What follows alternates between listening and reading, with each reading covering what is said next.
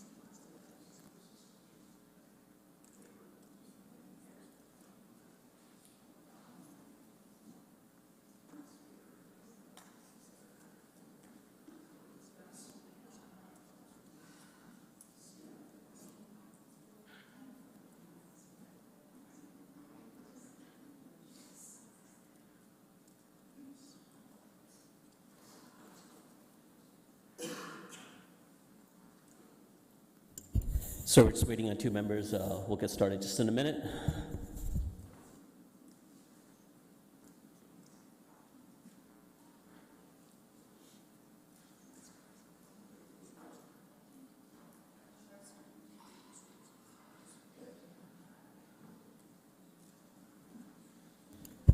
Okay, I think Mayor Barry will join us a little afterwards, so we will get the meeting started. This is I'll quickly ask any disclosure of pecuniary interest and the general nature thereof. Seeing none, there are no consent items. I'll do remind that while public participation is welcome at meetings, we are committed to engaging in respectful, constructive dialogue with members of the community, and conducting yourself in any of the following manner may result in an immediate removal from the meeting, which are interrupting councillors, staff, or the delegations. Also, derogatory statements about councillors, staff, or others, and hate speech or defamatory comments. One last reminder for delegations, please do not take offense if following your presentation there are no questions from council. This is council's time to really listen and reflect upon the opinions and ideas shared with us from our community members. So as a reminder, this is a formal public meeting to consider applications under the Planning Act. If a person or public body does not make oral written submissions to the City of Kitchener before the proposed applications are considered, the person or public body may not be entitled to appeal the decision to the Ontario Land Tribunal and may not be added as a party to a hearing of an appeal before the Ontario Land Tribunal. Our first up is 6.1, which is the Official Plan Amendment Applications, OPA, and Zoning Bylaw Amendment, ZBA, for 236-264 Victoria Street North. First, I think our city staff will present, which is Craig Dumart. Mr. Dumart, you have 5 minutes whenever you're ready. Thank you. Thank you, and good afternoon. Before you is a zoning bylaw amendment and official plan amendment application for the subject lands at 236 to 264 Victoria Street North. The applications propose to change the land use and zoning of the subject lands to allow the site to be redeveloped with a high-intensity mixed-use development. Staff are recommending approval of the proposed amendments. The subject lands include both properties at 236 and 264 Victoria Street North, which form a large rectangular parcel of land that have frontage both on Victoria Street North and St. Ledger Street, and directly abuts the Metrolinx rail line to the north of the subject lands. The properties are currently developed with a commercial office building at 236 Victoria Street and a fitness center at 264 Victoria Street North, with large surface parking lots in front of both existing buildings. The surrounding neighbourhood is developed with a range of commercial, industrial, institutional uses, along with the mix of high, medium, and low-density residential dwellings. There are various developments that are at various stages of development approvals in this surrounding neighbourhood, as the surrounding area in this neighbourhood is experiencing transition and intensification. The lands are identified as an urban corridor in the City of Kitchener's urban structure, and urban corridors are identified as primary intensification areas. The property is directly adjacent to a major transit station area, and this stretch along Victoria, again, is an urban corridor, and it's an area expected of change and an area where intensification will occur. The subject lands are designated as mixed use in the City of Kitchener's official plan, and the mixed use land use designation permits medium and high-rise residential uses, along with a wide range of non-residential uses and commercial uses, such as offices and fitness centers. The subject lands are currently zoned as Mixed 2, with site-specific provisions 49, 126, and 138 in Zoning Bylaw 2019-051. And the Mixed 2 zone allows for a range of non-residential and residential uses with developments up to 8 stories in height, where site-specific provision 49 allows for a maximum floor space ratio of 4.0. Site-specific provision 126 restricts sensitive uses, while 138 allows for reduced setbacks to existing buildings. To allow the development of the lands with high-intensity mixed-use development up to 40 stories in height, the applicant is proposing to add Special Policy Area 72 to the official plan, which will allow for a maximum building height of 40 stories or 160.2 meters with a maximum floor space ratio of 10.5, and proposing a zoning bylaw amendment to change the zoning to Mixed 2 with site-specific provision 392 in Zoning Bylaw 2019-051. Site-specific provision 392 will allow for an increased maximum building height of 40 stories or 160.2 meters. It will regulate the number of required parking spaces, allow for reduced rear yard and front yard setbacks.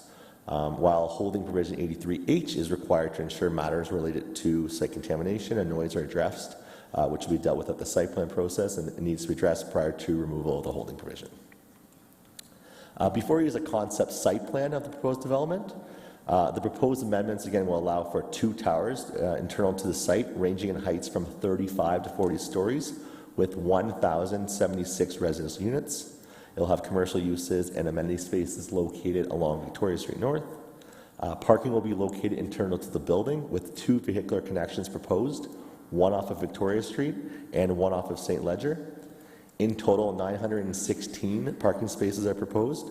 1,566 indoor Class A secured bicycle parking spaces are proposed, along with 8 outdoor visitor bicycle parking spaces, and there'll be 20% of the provided parking will be required to be electrical vehicle ready. Before you is a concept rendering of the proposed development.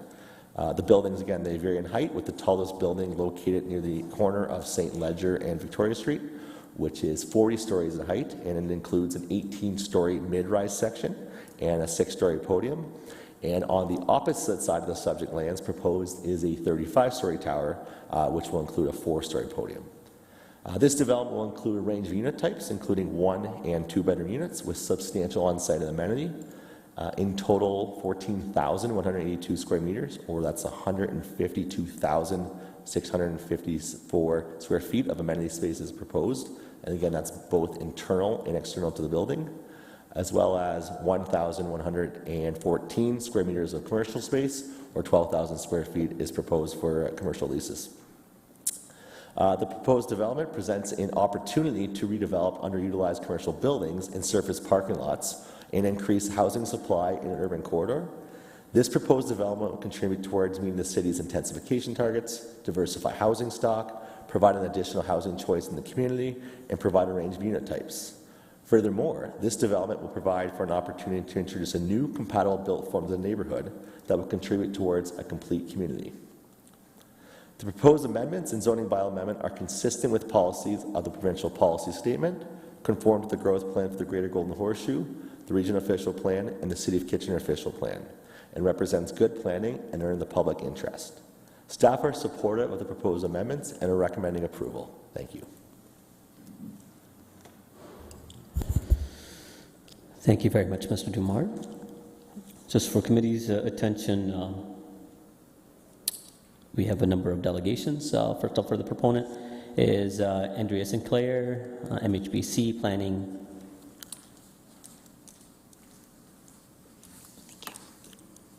Hi, Andrea. Whenever you're ready. Good afternoon. Thank you, Craig. Skip ahead over some of the stuff that we've already gone over. So good afternoon, everyone. I'm here to present sort of the merits of this proposal.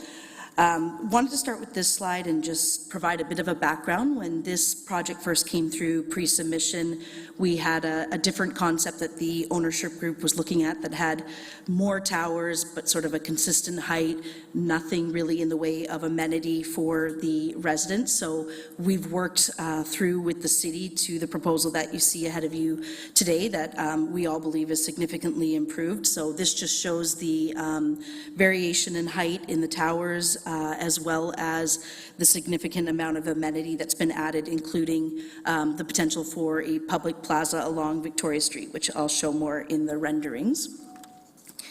This view shows the breakdown of the heights, as I mentioned. So we've got a 35-story tower going up to 40, and then in the yellow, kind of the mid-tower in between.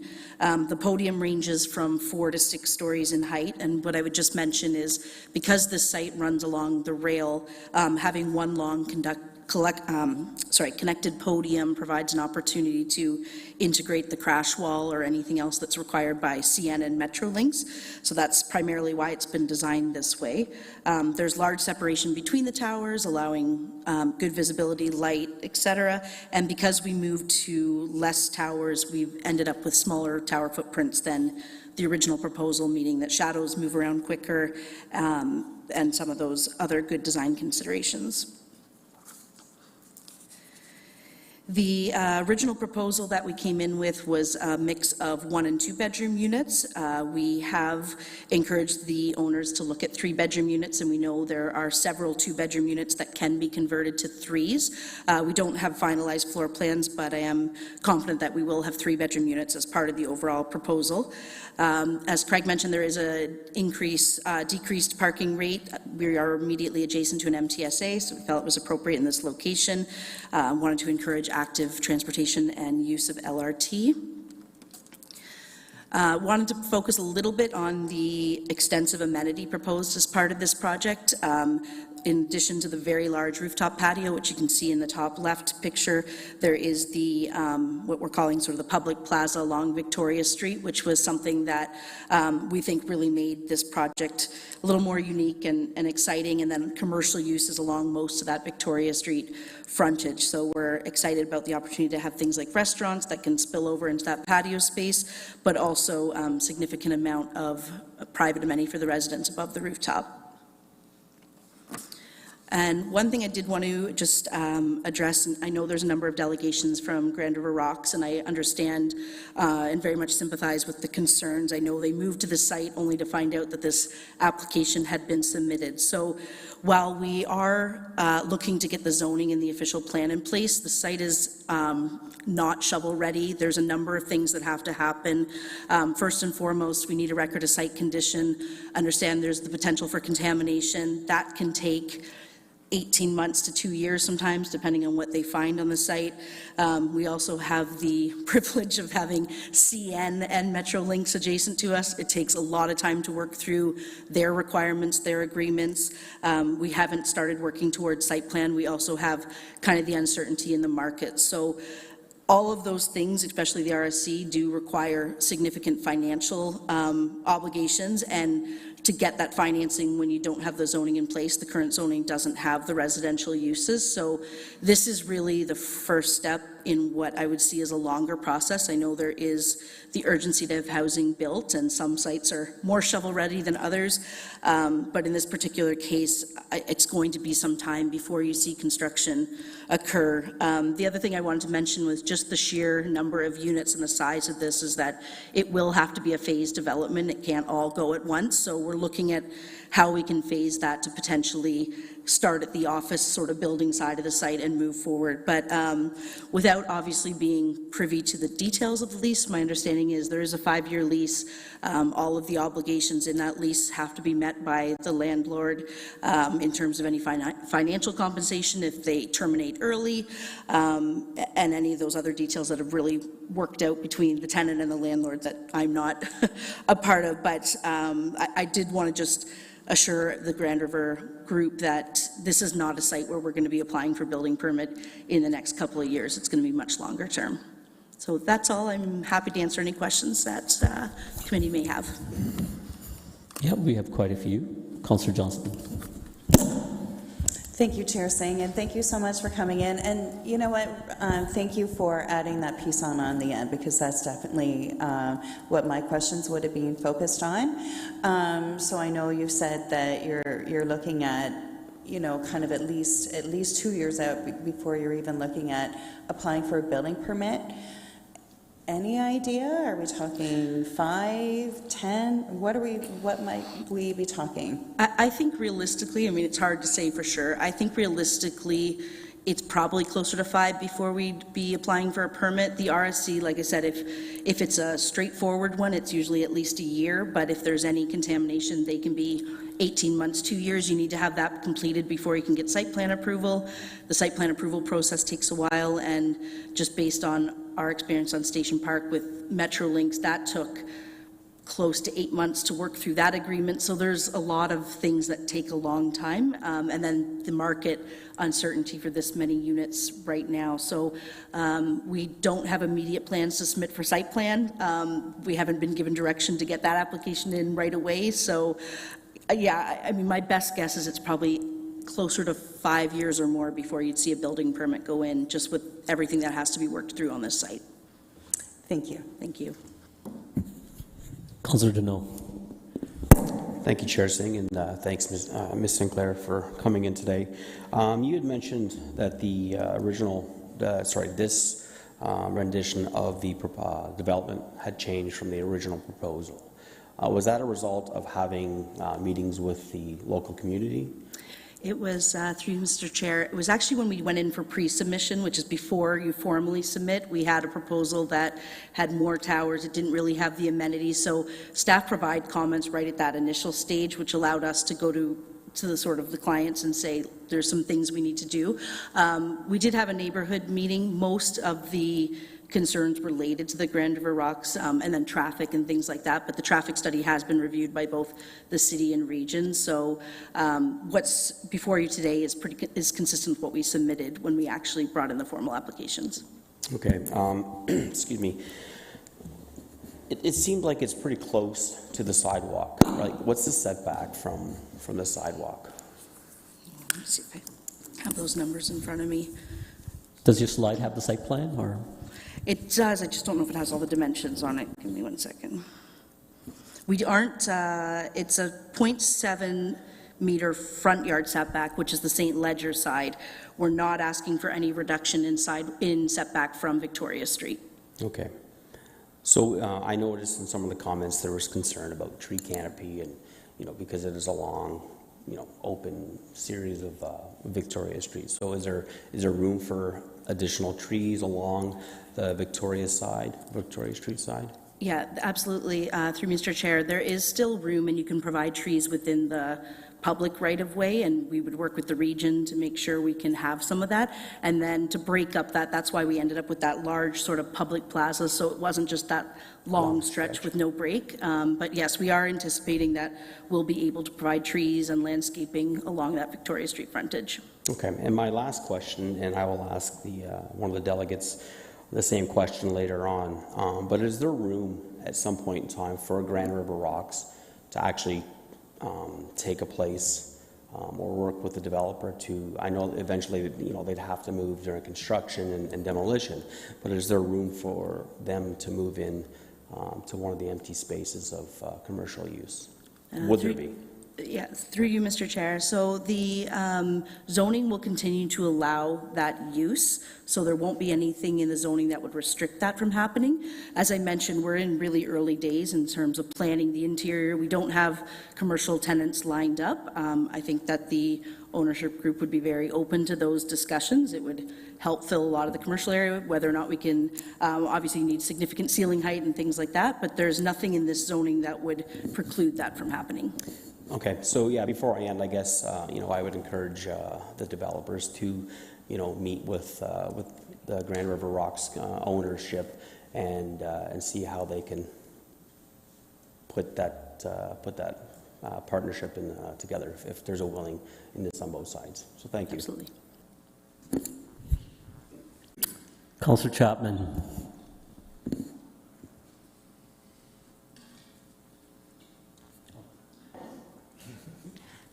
Thank you. And thank you for your presentation. I'm glad to hear that there's consideration of 3-bedroom units. I hope that you're able to accommodate that. Are there any of these units affordable? Through Mr. Chair, so this site is outside of the MTSA, so it's not part of the inclusionary zoning. There's no current partnerships with any of the affordable housing providers. At this stage, it's unknown if it's going to be rental or ownership. It's kind of changing every day in terms of what the opportunities are for rental with HST. So at this time, there's no commitment to affordable housing on this property. Okay. Hopefully that's something you might want to consider. Also, when it comes to the Grand River Rock Climbing group and the current building, is there any way you could build around it rather than demolishing and starting again? Through you, Mr. Chair, unfortunately not. There is sort of the need for that parking structure podium to have the support for the crash wall with the rail to have the residential units. That building's very large. It's kind of smack in the middle. I'm not sure how you could really plan a way around it. And then realistically, commercial tenants do change over time. And if they were to leave, you would sort of be left with this large space that's potentially unoccupied that takes up a significant amount of a site that's in a really prime intensification areas. So I think it would be very challenging to work around that building. Okay. As far as, is there any visitor parking? Like, I didn't see mention of visitor parking. There is visitor parking.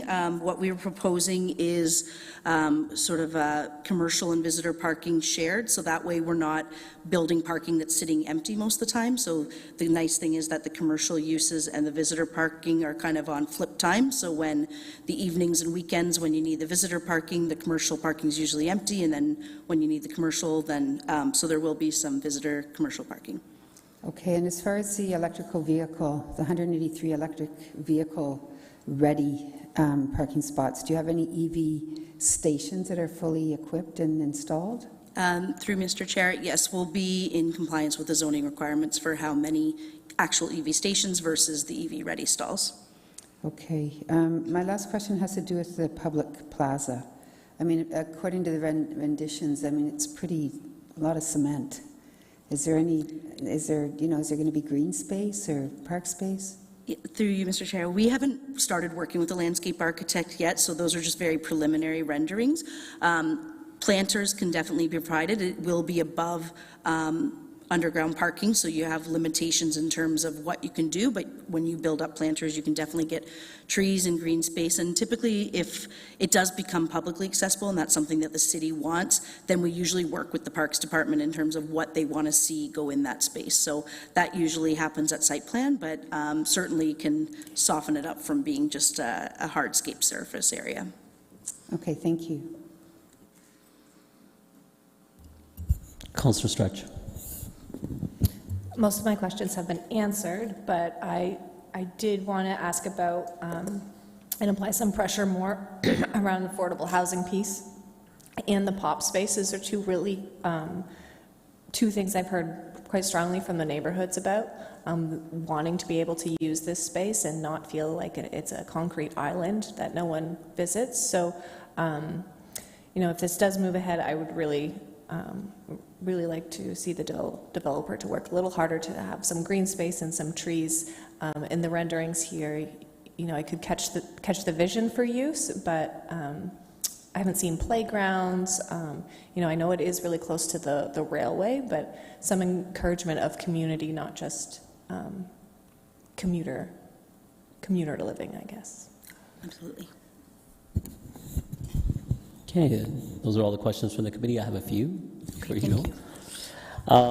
So again, part of the rationale for this density, and just as a refresher, I still have a few. I'm not going to let you off that easy. These were two softball questions. I was going to say, I need at least another 11 hours here compared to last time. Remind me again, the current zoning, which is mixed use, what's the as of right height? As of right height? Yes. Yeah, give me a second. Mr. Dumart, if you, I know, staff key in afterwards, but it's just to save time. Through the chair, as of right height is a maximum of 8 stories or 25 meters. 8 stories. So we're essentially going from 8 stories to 40 stories. And the justification of this is the fact that it's along adjacent to MTSA area. I think there's a number of things to justify. In part, that zoning was put in place more than 15 years ago, so it doesn't really reflect kind of current how sites are developing. The official plan policy allows for more of an increase than what was in the zoning, and then the size of the site. And like I said, we had an earlier version where we had lower height, more towers, and it was felt that having less towers and going higher was a better way to develop the site, but it is definitely a significant increase in height. But adjacent to the MTSA, along mixed-use corridor, it is one of the priority intensifications in the official plan, and then also relatively separated from the low-rise residential neighborhood. You've got industrial in behind, you've got Victoria Street kind of separating you from the Margaret Avenue neighborhood, so also those kind of locational criteria. Okay, so separation as well as on both sides, and you're talking about the regional transit corridor, which would be Victoria Street. That being said, the official plan, again, I'm asking more specifics, but I think it helps to create that clarity of why that exception is being applied and why our staff are supporting that exception. the official plan would have allowed what increased density on top of the as a right 8-story mixed use? I think the official plan allowed, and I'm so sorry, I normally have this in my notes and I don't. I'm just trying to remember if the official plan had a height max in it, or if it was, I'll just look Sorry, at that sorry. staff. No worries, to the chair. So the official plan and land use designation, it would allow for a maximum building height of 15 stories. So it allows you to do, as a right, 10 stories, and then allows a 50% bonus in height when it's a mixed-use building. There's also policies that allow for bonusing up to an FSR of 5. However, as council is aware, bonusing is no longer permitted. So Okay, so we're not applying for bonusing. It does allow 15-story. Higher density is allowed from the 2, I think, or whatever, from what I had initially occurred. 5 is allowed as an additional density increase. And that's all built into the official plan. The official plan is more recent than perhaps the current zoning, which may be 15 years old. And increased density is being requested, significant to what's allowed. I say all of this, although I'm supportive of the increased density. The justification is also there, the fact that it's close to the MTSA. That affordable housing can be a kind of an ask related to this. Was that something the ownership had discussed or considered of what's being applied for and our staff are supporting, that there needs to be a community overall benefit outside of the additional dwelling units? so it is something that we've talked about. They're looking into, if this does go rental, then they want to look into working with CMHC to see if there is a way to provide affordable units. As I mentioned, there's just no current partnership that's been prepared, in part needing to know if it's going to be ownership, it's going to be rental, because then there's different ways that they look at it. They know it is something that is a priority of this council. I think it's just unfortunately early in the project to know for sure what they're able to commit to. Internal discussions didn't lay out any potential direction?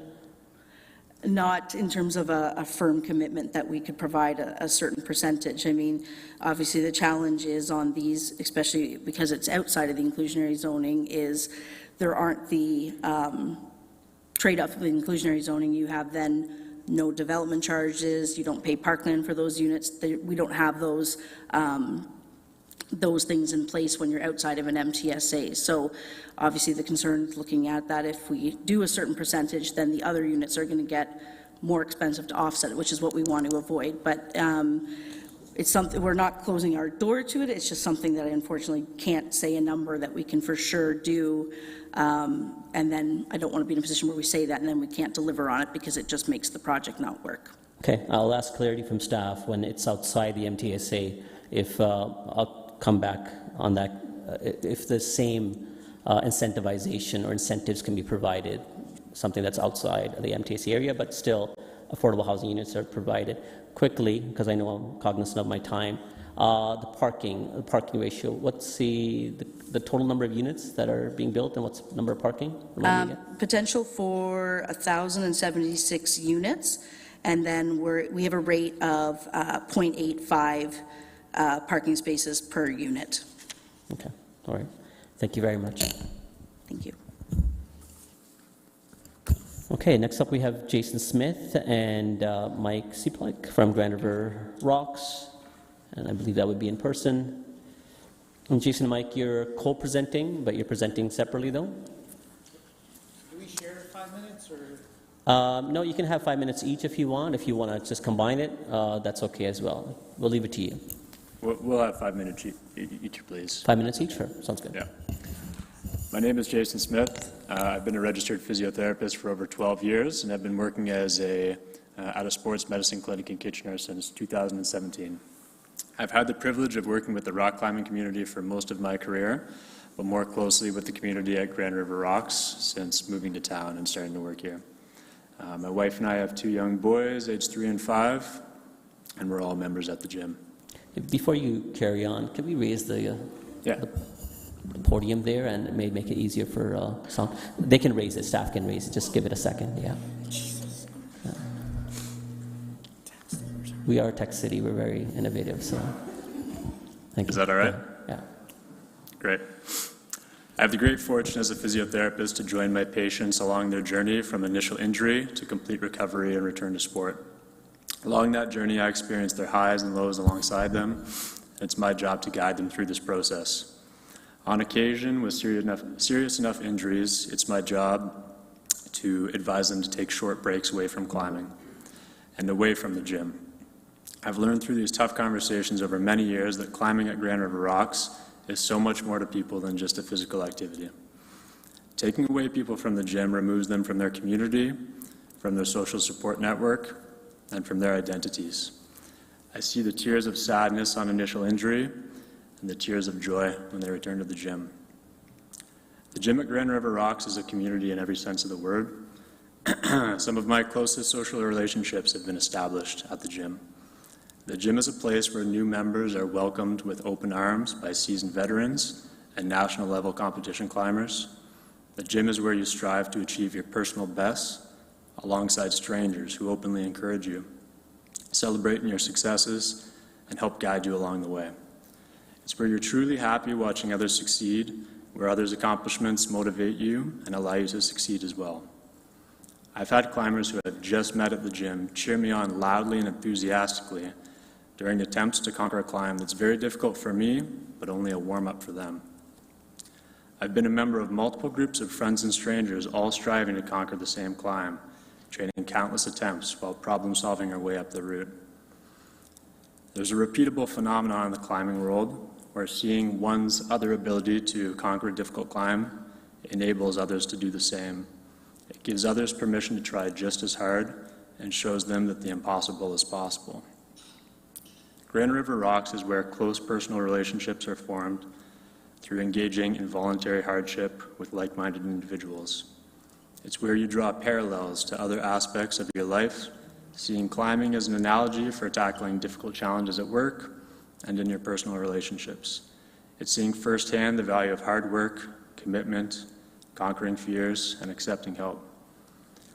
Grand River Rocks is a place where there's a challenge for everyone, regardless of your ability, where kids are encouraged by adults, and adults are humbled by kids.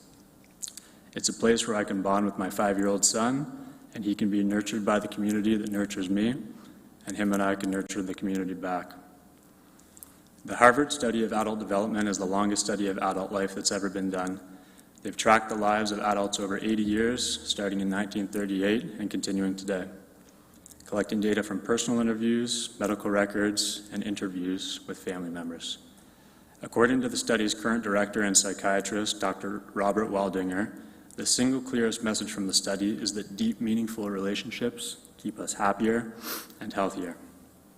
People who are more socially connected are happier, physically healthier, and live longer than people with less deep, meaningful relationships. This correlation is stronger than any other single variable that has been studied. By supporting Grand River Rocks, you're supporting a community, a social support network, and a business that contributes positively to building individuals' physical and mental health, a place where deep, meaningful relationships are formed.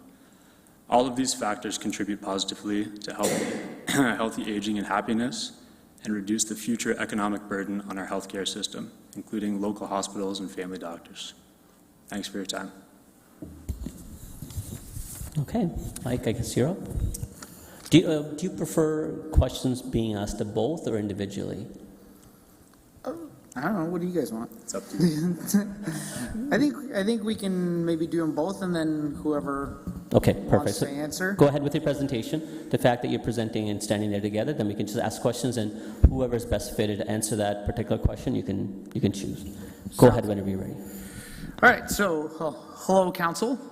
First of all, thank you very much all for allowing me the opportunity to speak here. So, my name is Mike Cheplak. I am one of the owners of Grand River Rocks. I do not have a fancy slide presentation for you, unfortunately, nor do I have anything written down because I don't like computers and I can't read my own handwriting. But I will try to verbally convey what Grand River Rocks is, what it means to Kitchener and a community that we have built in Kitchener. We opened our doors in 2011 at 50 Borden Ave, which we are still there currently. In 2013, we expanded within that building again because the community just exploded and grew so quickly. Then again, in 2016, we took over that entire building and opened Go Bananas, which is a kids-specific climbing facility. Some of you may or may not have been there for a birthday party. I think I might recognize a few faces. And then in 2019, we actually opened a second location in Waterloo, but we're not going to talk about them. We're in Kitchener. Regardless, the gym has been around for 13 years now, and in that 13 years, we have built a massive community of members. And I've heard from especially Councilwoman Stretch that there have been a flood of emails to, I'm sure, many of your inboxes regarding this issue. So a little bit of a backstory as to how we got here today is 50 Borden Ave in this wave of development in Kitchener is also affected.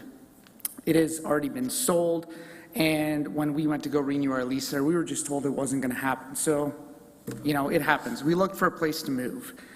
In our search, we found the site at 264 Victoria, which was listed for lease, no mention of any development at the time.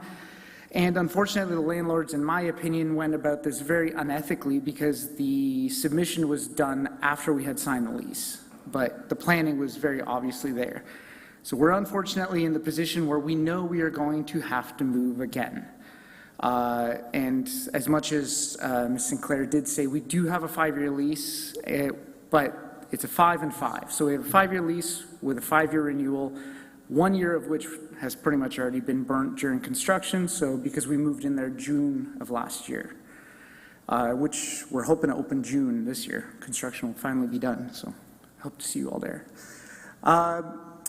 With that being said, if we want to talk a little bit of stats and numbers, Grand River Rocks as a whole, last year in the year of 2023, paid out net, not including owners, wages of around $1 million.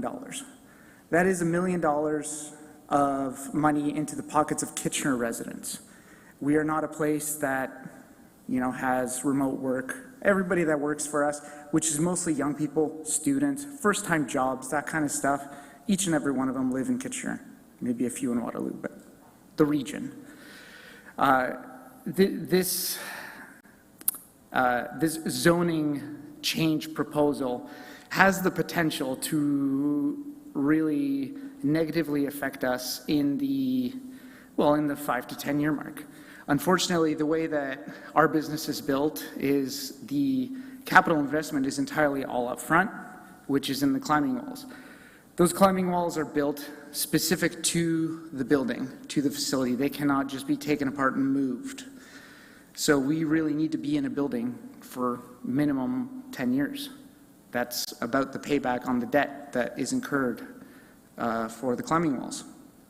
So I come before you today, and I ask that you will hopefully vote in a way to support Kitchener business, Kitchener resident, and give us a fighting chance by denying this zoning approval, and give us a chance to delay this to get those 10 years out of it.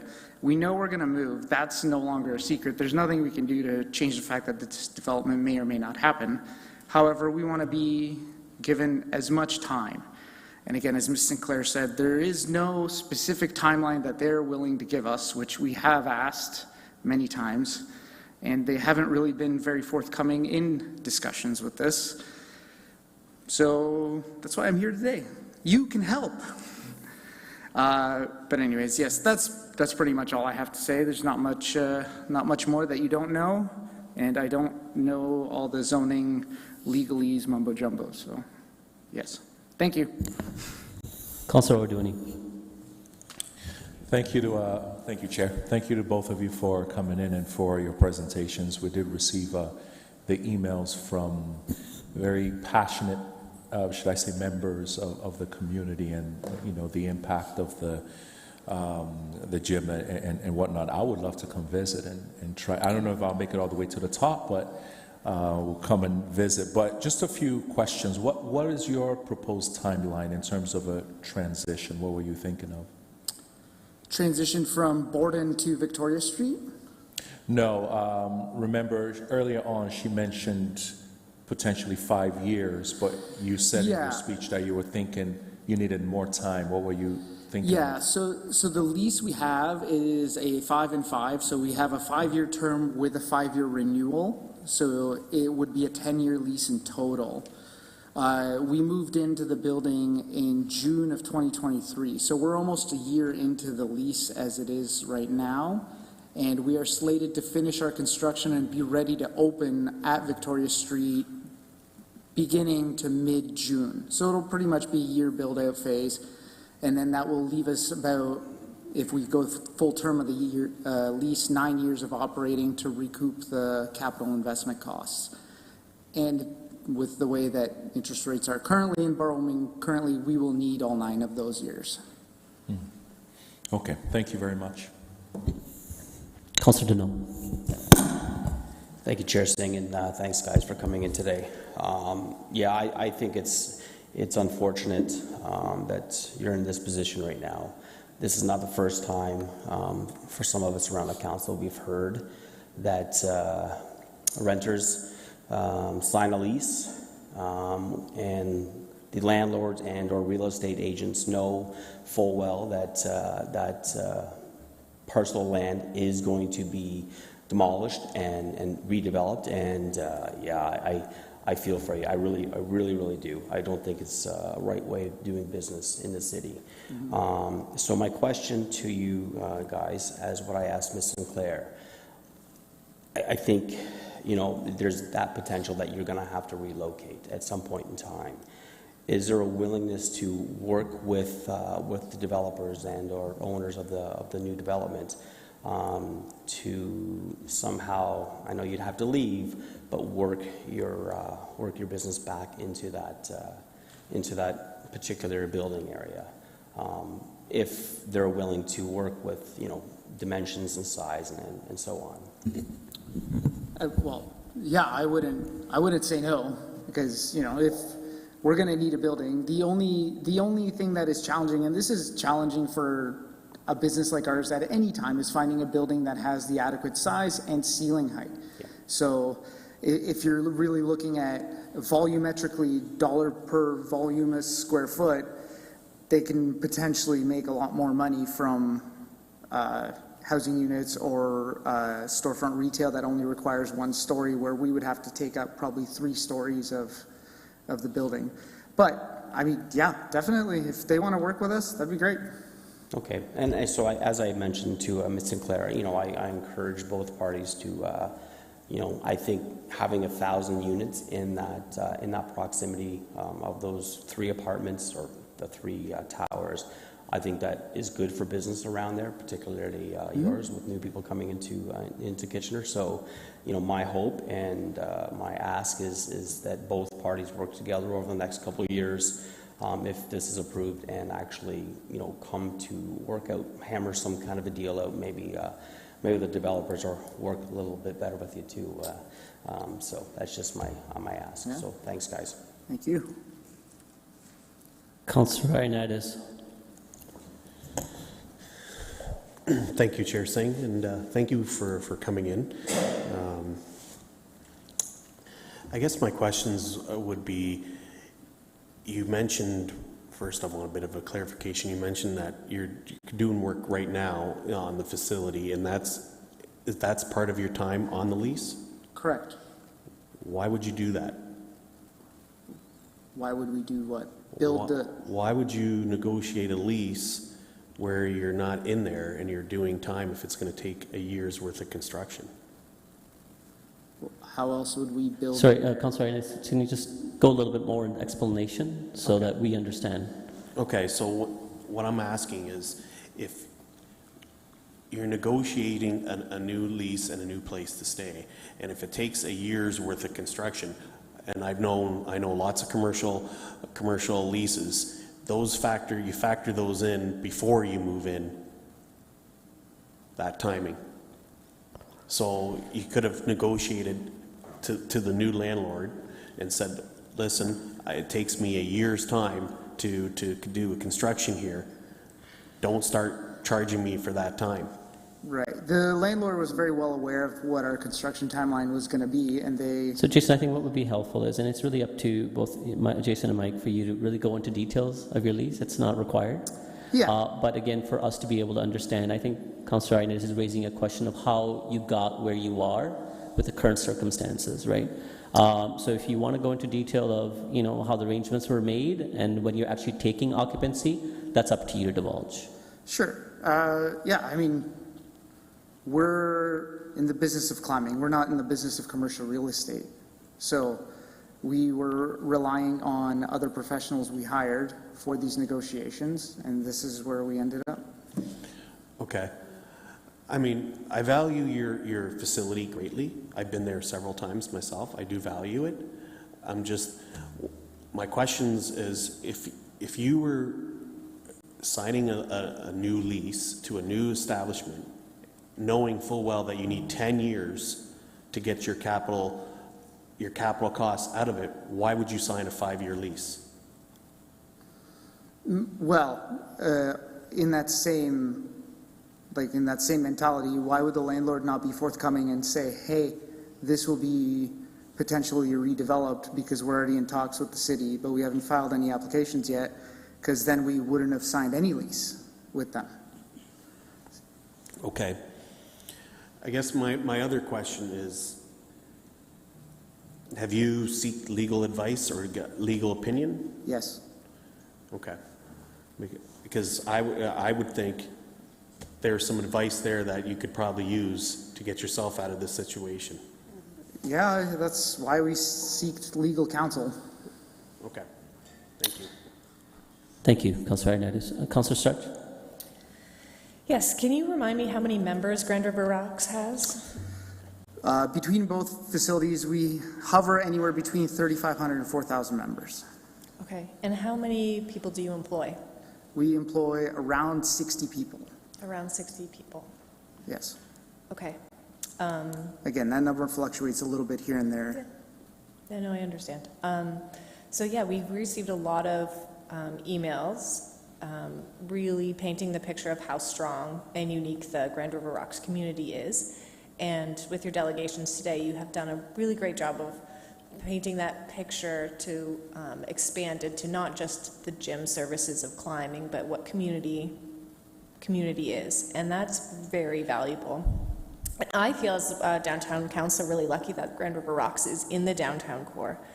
People are able to take transit there, and they are able to access this amenity, which is great, and for all ages, like you've mentioned. I've been to many birthday parties and camps there with my kids. So I think what you have to offer is really valuable. There is a need for housing as well.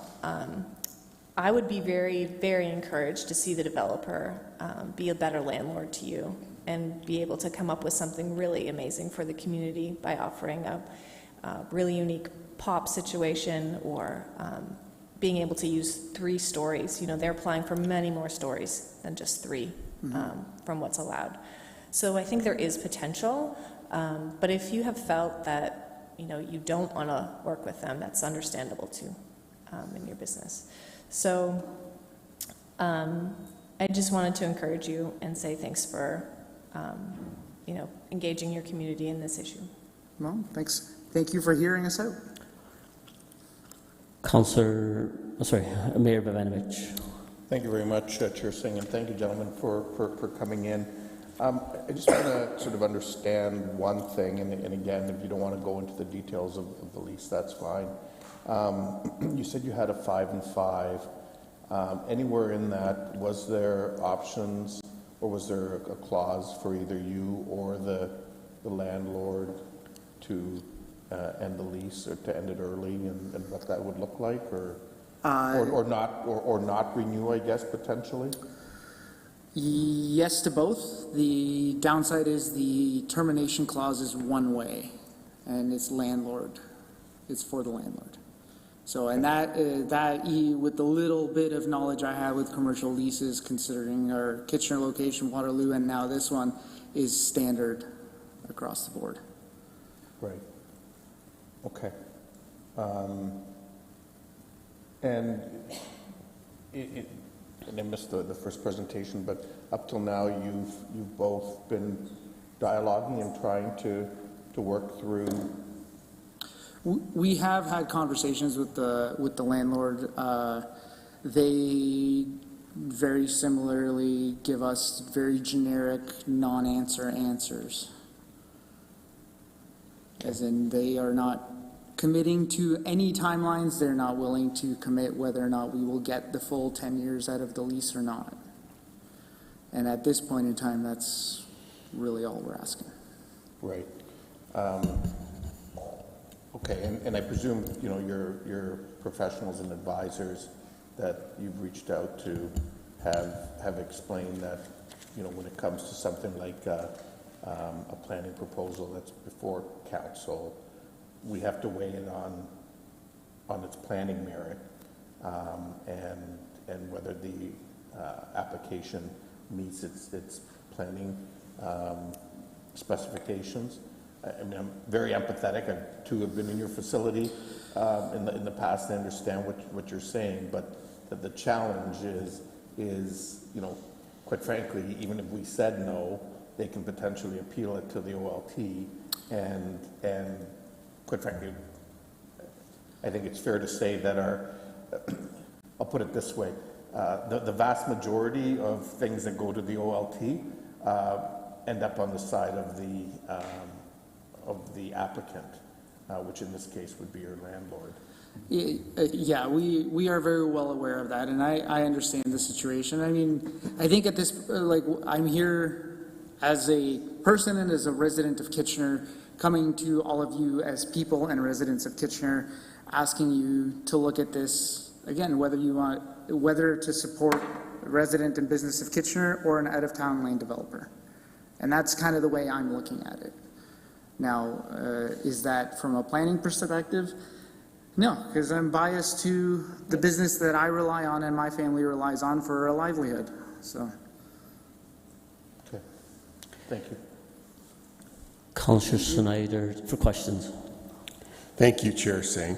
I'm just trying to focus in on you not receiving the information that there were plans in place. Did you deal with both the landlord and real estate agent when you were negotiating your lease? Correct, yeah. And would you say, were they both equally not forthcoming, or do you sense one or the other? Like, it seems to me like ethically. Well, that one's hard to tell. I mean, we've definitely approached the real estate agent and firm and told them about what had happened, and they came back very, very empathetic. We, again, consulted legal counsel at the time, and with the way that the timing worked out of I forget the technical names of all these meetings and all that stuff, but anyways, the landlord had meetings with the city planning department, which are not public or not official yet or whatnot, prior to us leasing the building, but the actual application and all of the paperwork wasn't filed until after we had signed the lease. So basically, the real estate agent said that he checked in, there was nothing on the docket at the time of us signing the lease, and it came in after the fact. But it's pretty obvious that there was a lot of planning and discussion that had gone on beforehand. Okay, thank you for that. Thank you. I have some questions of my own committee has asked. And before I ask the question, I just want to give a quick preamble that it's not that you're being grilled here specifics to your lease.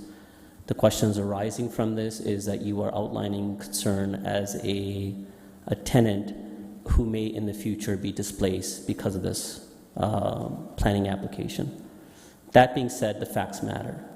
And that's, I think, why there were some questions being raised, because outside of perception, because there's emotions attached to perception, facts sometimes give better clarity, and we can be subjective based on the facts.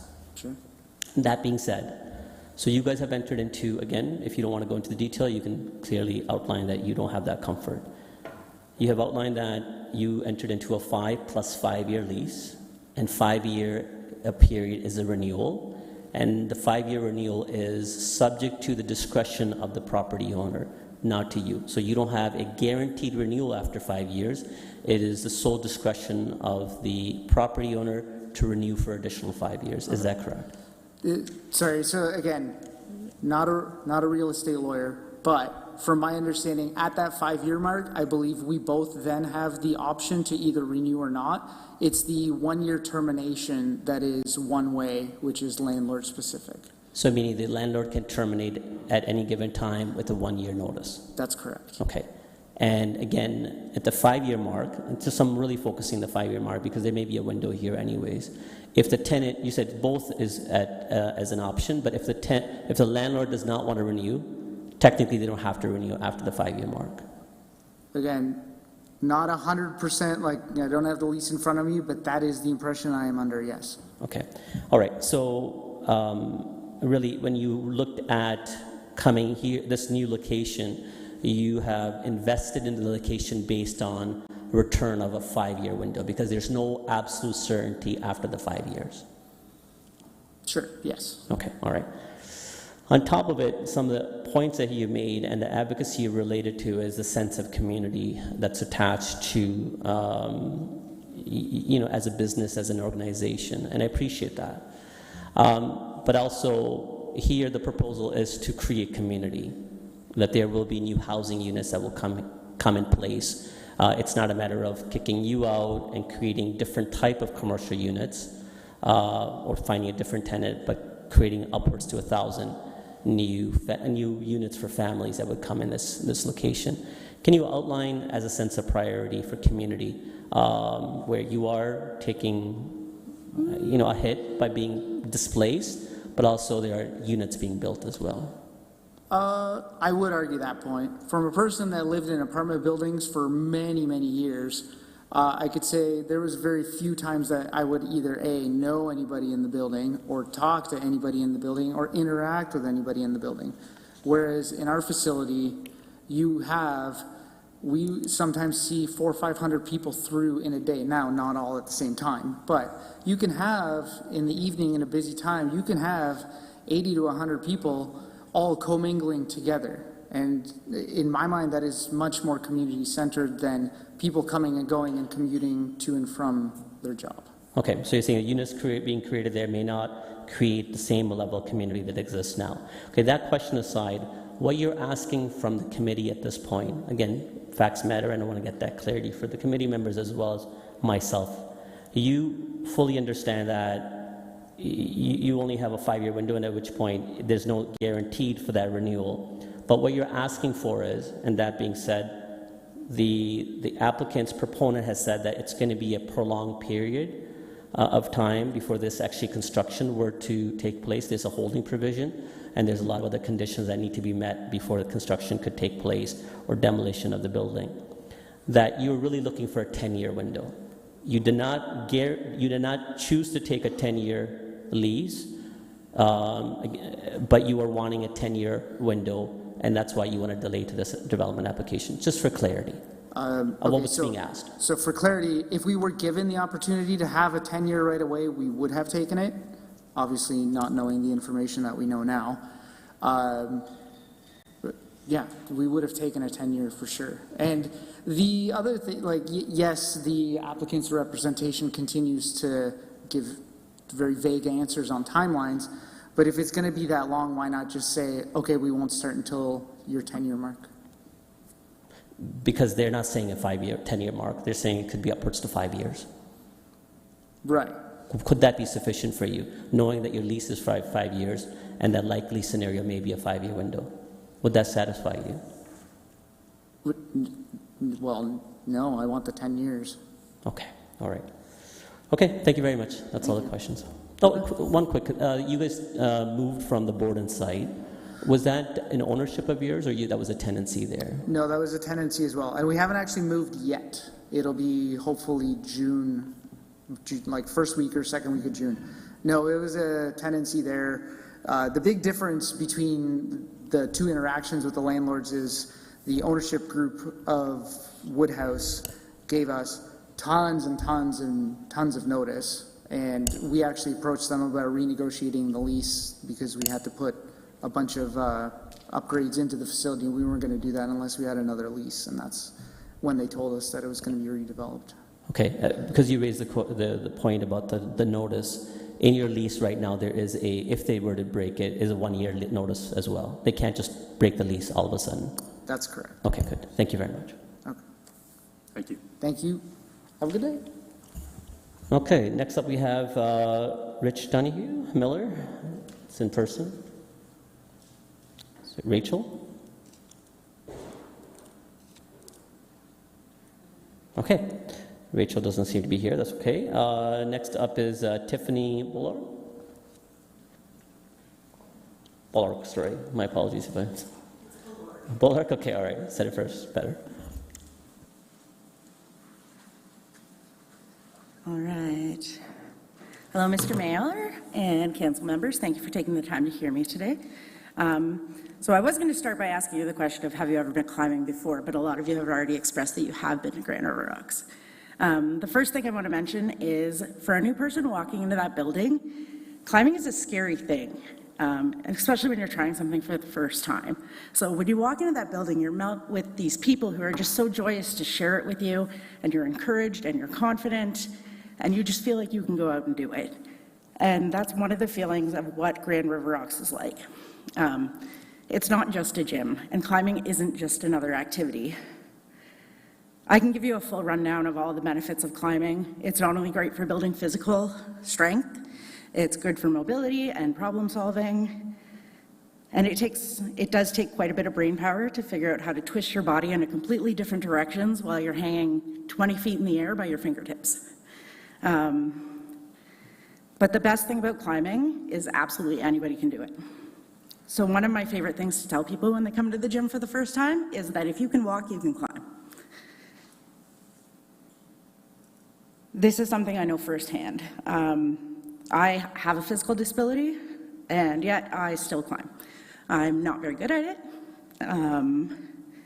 but there is one thing that keeps me coming back. No matter what level I'm climbing, no matter how bad I am at it, I always have a cheering squad. So that's the thing that makes this place special. It's the community. It's a group of friends that loved climbing, and they wanted to share that. So they built a gym, and then they expanded, and then they opened a second business, and then they opened a second gym. We've seen marriages and children. We've seen each other through good times and hard times, and some members through catastrophic injuries. We're a community of people that are bonded by a love of sport, acceptance, and support. The thought that this might be lost, it's heartbreaking for us, and I'm sure you guys have read that in your emails. We're very passionate about climbing. We are not people who climb. Climbers are climbers. It's part of who they are, it's what they do, and most of them can't live without it. No one's arguing that the region needs housing. We all know that. I have personally stood here last year, not even a year ago, and cried to you guys to save me from homelessness because of development. Thankfully, those developers worked with me.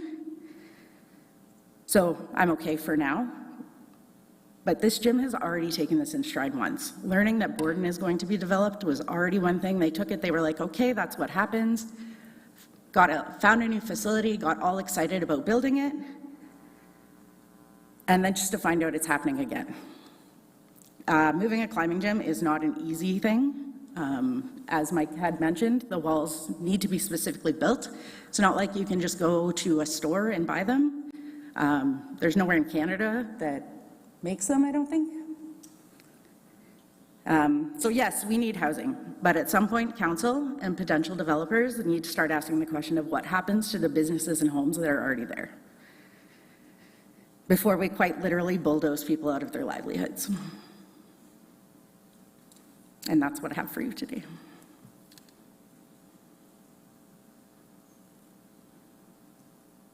Thank you. Good, okay, just there may be some questions, so give us a second. Thank you, I appreciate your passionate appeal. Councillor Chapman. Yeah, thank you, and thank you for your presentation. How long have you been a member? My daughter started climbing when she was 12, so about 8 years now. My best friend then started working there, and a couple of years ago I started working there as well. And have you tried the Waterloo venue? I don't like bouldering because I don't like to fall, so I try not to climb at Waterloo, but I do Okay, climb at Kitchener. Okay, I didn't know there was a difference, so Yeah, what's so- the difference between the Waterloo and the Kitchener So facility? Waterloo is bouldering only, so the walls are a little bit shorter, but you're not tied into anything, and then when you fall onto soft mats. So most people can do it. I am a little bit older, and with my disability, it's just a little too jarring for my body. Kitchener has tall wall climbing, so you're roped into the top, so when you fall, somebody catches you. Right, so if this were to go ahead and the facility on Victoria Street in the next few years were to close, you don't see Waterloo as an option? It is not an option for me. Okay, thank you. Okay, just have a couple questions on my own.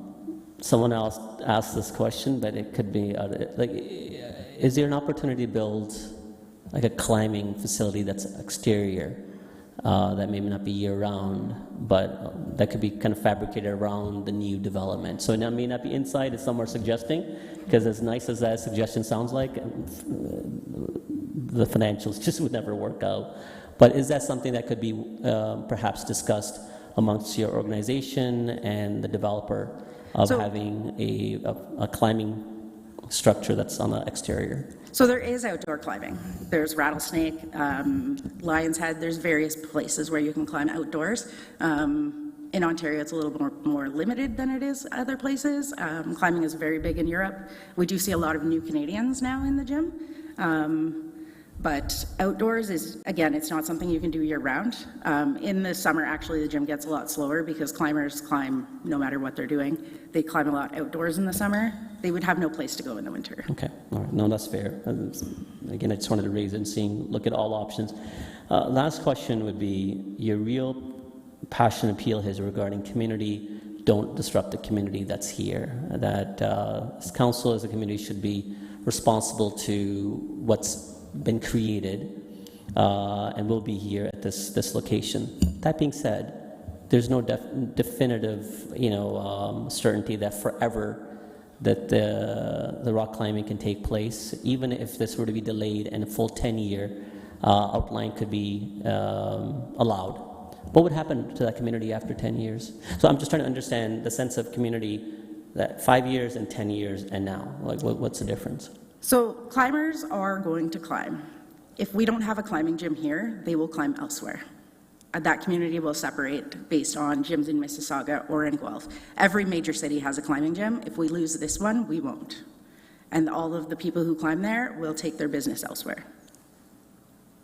And that would happen 10 years anyways. Yes. And that could happen in 5 years. It could. Yeah, okay. It's a scary thought. Okay, great. Thank you very much. I appreciate Thank you. your delegation.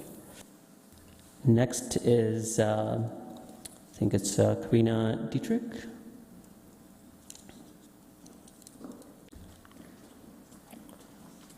Karina, welcome. You have 5 minutes to make your presentation. Thank you. All right, thank you everybody for having me. I really appreciate this opportunity to be able to speak with you today. So I am one of the members at Grand River Rocks. My family has a lifetime membership. I am not from this area. I grew up in Brampton in the 80s and 90s, and it's very reminiscent living in this area now of my youth in Brampton and how it expanded. When I did move here in 2012, it was because I did become engaged to my husband, who is from the area. We were both rock climbing long before we met, and our first date in Kitchener was actually at Grand River Rocks. When I did move here, I didn't know anybody other than my husband. It's rough moving to a new area. I've lived all over Southern Ontario, but I didn't have any connections here. But coming to Grand River Rocks, I made friends, I made community. I'm still friends with those people. I still see everybody around. I've known Cornelia here for 12 years. I've known Cheppy since I started. I think you were probably one of the first people I met. And Grand River Rocks is what gave me that sense of community. Since I've moved here, I was engaged when I moved here. We actually took our save the date picture in the gym. It was a Grand River Rocks employee that took that for us. After I climbed all throughout my pregnancy with a borrowed harness that circulated around other moms as well too. And the moment that I was cleared to climb again after I had my son at 6 weeks, my next stop was Grand River Rocks. My son is now 7. He is an avid climber himself. We were just there on the weekend, and we brought in another family that hadn't tried it before, and they were really excited. And both their child and my child are going again to climbing camp this summer. I'm really concerned for Grand River Rocks because the past 2 years have been really rough on small businesses. We have lost so many small businesses in Waterloo Region, mostly because of the pandemic. I don't know how Grand River Rocks survived, but I'm so grateful that they did. But I'm really concerned. I can only imagine how expensive this move is, and I have to wonder how financially feasible another move is. You've heard about the cost of rebuilding walls and everything that comes. It's not fitness equipment that you can just pick up and move. And while I'm, of course, very concerned about losing my community, I've climbed there for 12 years. Like I said, I have a lifetime membership for my family. What I'm concerned about is the impacts to the rest of the community as well, too, because one of the things that has not come up that you've heard today is about the childcare that Grand River Rocks provides. I know it was mentioned camps, but parents like myself, I work for Sun Life, my husband's an electrician, we rely on camps. When my son turned 4 in 2021, we were having so much trouble finding camps. Anyone who's looked for camps, there are not enough in this city. Trying to find camps that will take children below the age of 6 is next to impossible. We haven't even been able to look at city camps because it's just not an option for various reasons. My son is autistic, so it is very hard to find a camp for him. Grand River Rocks and Go Bananas is a camp that he's able to go to every year. This will be our 4th year. This is something where I put it in my calendar when the reservation is coming up to get that booked. And one of the other things that has not come up at all is all the other ways that Grand River Rocks gives back to the community. The fundraising that is done at Grand River Rocks that I have seen these last 12 years is extensive. I consistently see every Christmas that they're raising money for the food bank. They raise money throughout the year. I myself have hosted a fundraiser for a charity there before, and I've seen many other places doing that as well too. Is an outside developer going to give that to our community? This isn't just the rock climbers like myself. This isn't just the parents taking their kids to birthday parties, which you know I have had my child go to a birthday party there and also had them there. I completely agree we need affordable housing. I live down by McLennan Park, and we have lots of wonderful housing that is being built. We have apartments, we have high-density housing. We need housing. This area is growing. I've already lived through this growing up in Brampton. I'm excited to see it happening here. I'm excited to see the ways that our city is responding. But those third places, those places that people can go, that are outside of their home, that are not concrete, those are so important. It is a luxury and a privilege to be able to climb, but it's also something that's a space that's been created that there's so much opportunity for everyone, and we can't afford to lose that. We can't risk another small business that has a record of giving back to the community disappearing. Thank you very much. Okay, thank you, Karina. I don't see any questions from the committee. I'll just ask mine, and I'm going to kind of repeat myself a little bit because we're trying to understand from what the ask is being presented and what is available for us to, as a committee, as a governing body, that we can subjugate the property owner. Because again, it is a 5-year and a 10-year lease. So there's no absolute certainty that this is a location that will remain in perpetuity. So again, what would happen at a 5-year mark or a 10-year mark? If you were to decline this application, the very least, the business could operate for 4 more years. At that point, it's in the discretion of the property owner, or for whatever reason they choose to keep it for 10 years. And at that point, again, it may be, it may be a reality that the business can't operate there at that point either. So what about the points that you have made that, again, it can't perhaps proceed after 5 or 10-year mark? I mean, I'm a rock climber. I've climbed for 13 years. I'm going to be climbing for the rest of my life. I'll be 7 years old up on the wall.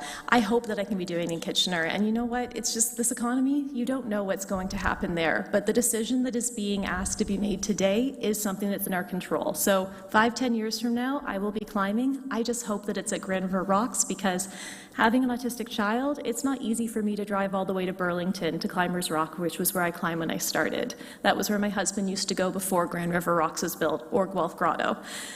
It's not realistic for me to be taking him out on a weeknight when he needs that stability of being at home. So yes, we will be climbing, but why would I want to put my money into small businesses that are in other communities when I can give back to the communities that are here? Okay, no, I agree with you. We do need facilities like this, 100%. That's not a question at all. But also, that being said, I think Mayor Vivanovic raised this, because at the end of the day, again, this is a planning question, not a business preservation question.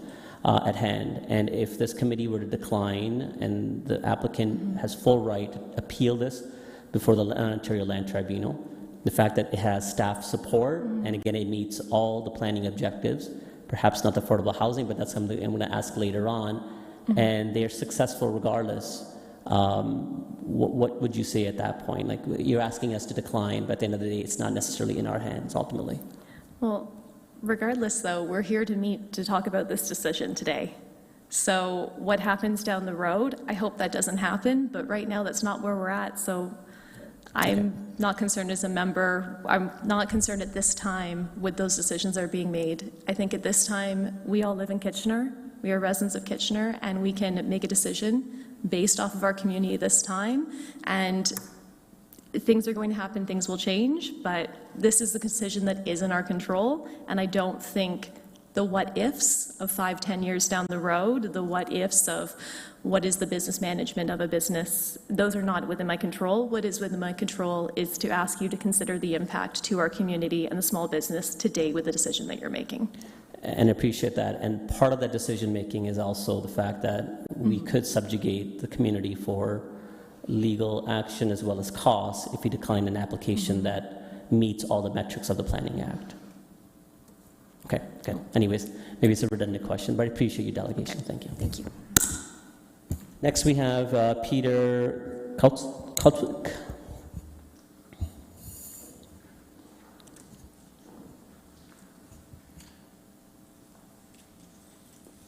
Peter, welcome. You have 5 minutes to make your presentation whenever you're ready. Thanks so much. I too am a climber. I'm honored to have the opportunity to address council. I have been fortunate to have lived in Kitchener for the past 13 years. I am delegating today related to the rezoning of 236-264 Victoria Street North. I wanted to bring council's attention to the fact that the developer is not planning on starting construction for at least 5 years. This is a case where taking another month or two to ensure that the interests of the city and the developer are met optimally would not delay construction. I disagree with removing Site-Specific Provision 126. Site-Specific Provision 126 currently prevents residential use of the site. Aren't mixed-use buildings great? Yes, they are. I would be happy to change the Site-Specific Provision to a zoning bylaw requiring 20,000 square feet of commercial real estate on the site. That's the square footage of the first floor of the current LA Fitness gym. Isn't there a lot of vacancy of commercial real estate? There's a surplus of office space and space for tiny takeout-only restaurants. Large commercial spaces are a lot harder to find. I looked through the RE/MAX listings for all of Kitchener and could only find 2 available spaces for over 6,000 square feet. I'm concerned that approving this development application will create a bad precedent. I'm worried that it would open the floodgates to developers converting every piece of commercial real estate in downtown Kitchener, because commercial real estate is cheaper to buy and is generally bigger than residential real estate, making downtown Kitchener a bedroom community. Is my request for 20,000 square feet unreasonable? I don't think so. The commercial real estate does not need to be all at the ground floor. A gym does not need to be on the ground floor, and restaurants can have second floor patios. The largest unit on the site plan, as in the floor plan in the development application, is 2,095 square feet. That's not big enough for a Tim Hortons. For instance, based on Google Maps measurements, the Tim Hortons next to Central Fresh Market is 2,700 square feet, and the one at Charles and Borden is 2,400 square feet. I'm thankful for the opportunity to present to City Council. I want to remind everyone that construction will at best start in 5 years. If there is a planning application where it is worth going back and forth with the developer, this is the one. Thanks so much for your time. Thank you very much. I see no questions. Thank you for presenting. And next is Emma Ponders. It's a virtual.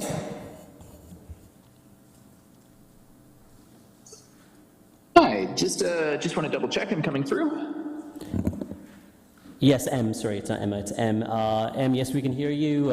If you can reduce the volume down a little bit, so maybe that's, will remove the distortion. Yeah, here, I will switch to my headset. Great, and whenever you're ready, you have 5 minutes to make your presentation. We can hear you. Wonderful. Wonderful. First, yeah, thank you for taking the time to hear everyone's thoughts and concerns. I'm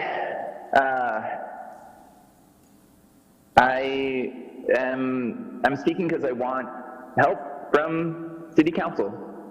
I've heard again and again that from the city planner and from councillors that one of the strong reasons to approve it is that the OLT will approve it eventually anyways. And that seems preposterous to me. Like, your job as councillors is to help keep Kitchener a place that people want to live and grow and make friends and build families. And we need housing, and we need affordable housing. And this, the proposal is not proposing affordable housing. The applicant has never developed and has only done land banking. And if this was full of affordable housing, I think there might be a strong case that it would be better placed than Grand River Rocks. I'm asking, I don't honestly, not being a counselor, I don't know what to ask. I'm saying, please help this community. Grand River Rocks having, 4,000 members plus all the people who just aren't members but drop in. Like, this is a very, very important part of the community. This is an incredibly important part of the community, and there's nothing like it. So vote against it. Require, if you're going to approve it, require, I think it's called a POP, where you're like actually adding community, because like housing, there are many, many locations to add housing, and it's not even affordable housing being offered. But we don't just need commuter condos. Like, we need places to meet friends, to gather, to actually be a community. And I want council. Some of the councillors, like Steph Stretch, have been very responsive and communicative. And I've seen in this meeting, and a little bit from the emails to people expressing concern about this application, that city staff, like Craig, the planner, and some of the councillors aren't. They're arguing instead of honoring what is being expressed by the climbing community, which is that this is incredibly, incredibly important. So however you vote, please understand that community is important, very important. That we need more of it. And it's important. So if you can say no to this application, I would say no on the fact that there is not affordable housing, even if that means the OLT will, they might vote against it. It's your job to advocate for what is best for Kitchener. And I think a small business that thousands of people rely on, of all ages, that adds significant community is better for Kitchener. It's the type of place, it makes Kitchener the type of place that people want to be, and powers with no community is not a sustainable strategy long term. So demand, be ambitious. Demand whatever you can to make Kitchener a better place. Don't just say yes because this is in front of you, and as much as possible, please try to be pleasant and responsive to the citizens who you are the elected officials of, and engage with the community more. So many of the councillors didn't respond to many of the concerns that were raised. So please vote against it. If you're going to vote in favor, add whatever stipulations you can to add community into it. And thank you for your time. I really appreciate that people have been open to hearing about it. Thanks, Em. Councillor Deneau, you have a question? Yes, I'll get there in just a second, if you'll indulge me, Councillor Singh. I will get to a question. So thank you for delegating, Mr. Ponders. So you mentioned that as elected officials, as city councillors, we have to do what's best for our city. Would you agree that a big responsibility of council and or staff is to be fiscally responsible? I would agree with that. I think that there are many ways to accomplish that, and saying no to one application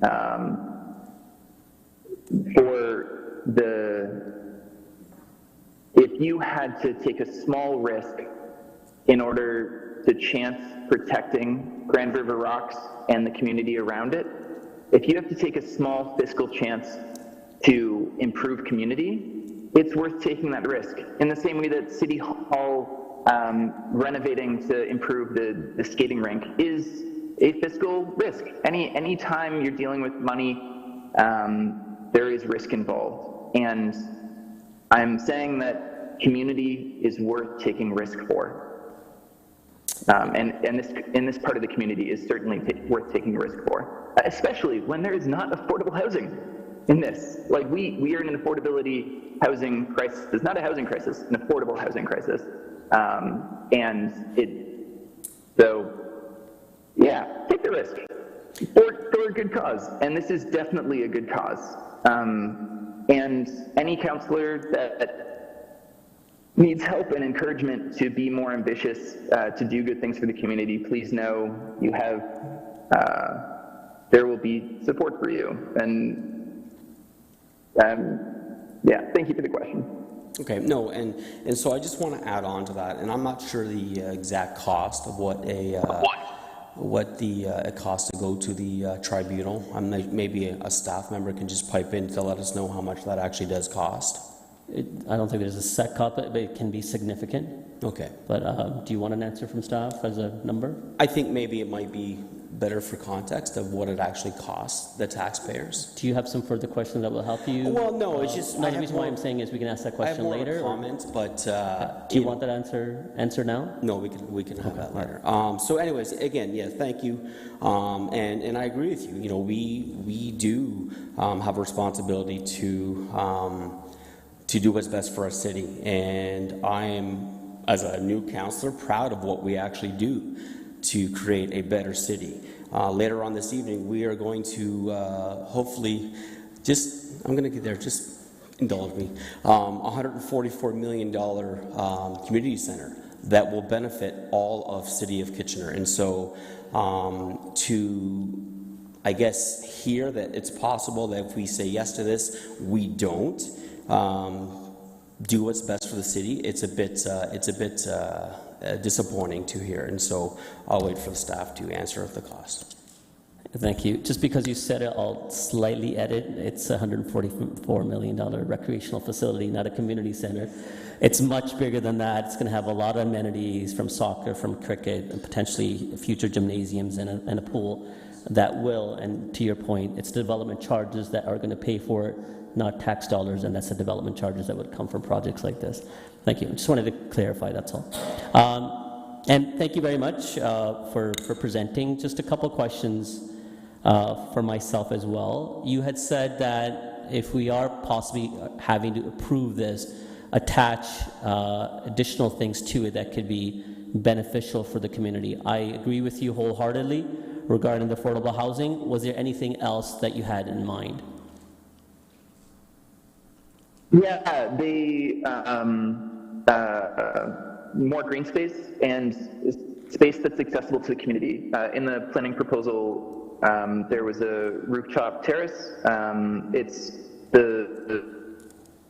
that will benefit the residents, but if there's any way to make that available to people, like making new community space, like as an example, Vogelsang Green, and the changes to that have been amazing. It's a new venue for people to gather downtown. So if there's a way to require as much of the public on private space, that would be great.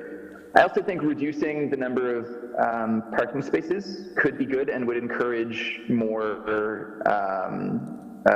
people who are actually in the community. And then additional bike infrastructure. But I think the biggest thing is public access to the rooftop terrace. And I don't think it's a requirement that can be made, but ideally, based specifically for nonprofits in the community, because I think that a lot of these mixed-use places end up being vacant, but community organizations have a need for space that give back. Okay, well, you raise a good point about the parking, and perhaps I'll ask this clarity from staff, as well as if there's an opportunity for the proponent's representative to answer as well.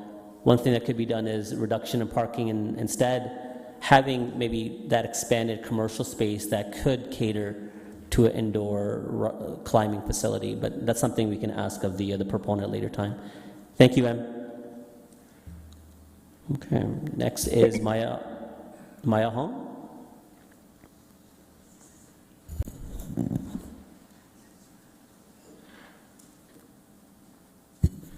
Welcome, Maya. You have 5 minutes. Yeah, my name is Christina. I'm just here with behalf of my mom. We're from Making Restaurant. Oh, I see. Okay. Can we reduce the podium? Thank you. Okay. I'm sorry. I had the name as Maya, but go ahead. Yeah. So I'm here on behalf of Making Restaurant. We haven't been to the community meeting before. We didn't know about it. But as you know, like, we are the restaurant right at the edge of their development, and we've been there for almost 50 years. I don't know if you guys have been to a restaurant or not, but you know, we plan to continue to be there. And it was just last year, or a little more than that, when I think an agent from the developers came and was talking about buying our land and wanted our opinion, and at that time we still didn't want to sell it. And later on we noticed how there are many other developers that are coming on Victoria Street, and our main concern are the construction and how it's going to impact our business. For instance, the building across from us, on the other side of where this development would be, there are doing apartment buildings, and when there was construction, they completely blocked off Victoria, closed off of Margaret, and our customers couldn't get into our business. And when there was something being dug up in the middle of the intersection, we were only given a 2-day notice, or I think just 1-day notice, that they're shutting off our water, and they would be done when we open up in the morning, and they didn't leave until an hour after we opened, and we had to tell them to leave so we could operate our business. And we had to ask construction workers to make sure to open up a space on the bridge so that our customers can actually go up. Like, construction is very normal, but we want to make sure that they don't impact our business. One thing is that since it's such a big land on Victoria, our land is actually slightly higher than theirs, so we were just slightly higher than theirs, so we were concerned of what they're going to do and how close they're going to be to our one side of our property. Yeah, also they were suggesting of buying our land and asking us to move. No one came back after that agent talked to us, so we didn't know until we got the brochure that, you know, they're starting the development. So they were proposing that we move and we come back, but as a small business, we do not want to move, and we just want to make sure that they, don't impact our business, and we want to make sure that any commercial, things are considering that they do not open up another Chinese restaurant, so we don't have competition. Yeah.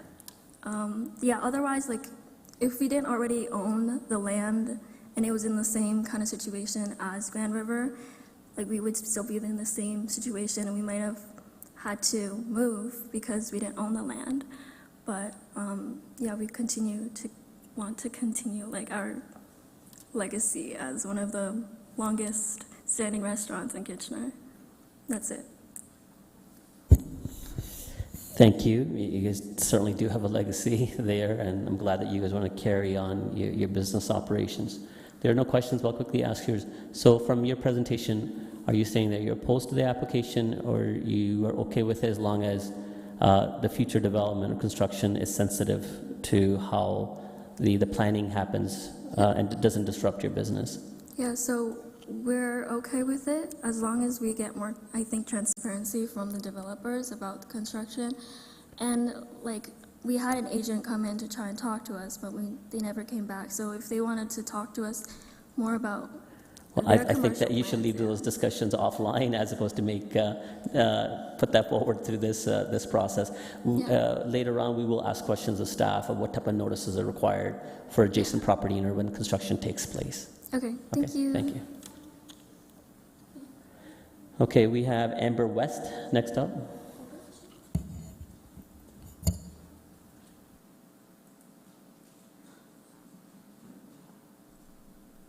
Are you able to hear me?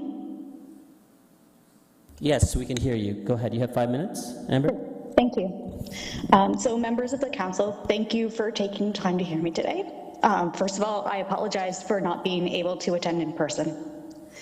As a resident of Waterloo Region for 37 years and a member of the Grand River Rocks climbing community for the last 11, I'm asking you to use your vote to advocate for the people who currently live here, so we have a place from which we can foster the well-being of and continue to welcome new residents. As someone who was displaced from their home in 2022 due to the landlord selling the property, I empathize with Grand River Rocks and how hard it is to lose the place where you've set roots, built a life and family, and only to be told to make way for someone else who can pay more. Finding a new place to suit one's personal, familial, and community needs can be challenging. To find out it's happening to Grand River Rocks again within less than 6 months after taking possession, which is currently what's happening, takes a toll on their financial and community health. Grand River Rocks is an important community hub with unique facility requirements that are challenging to satisfy from the properties in the downtown core. One of those requirements being building height, so we have a safe place to practice our sport. Grand River Rocks has weathered the pandemic shutdowns and is already in the process of being displaced.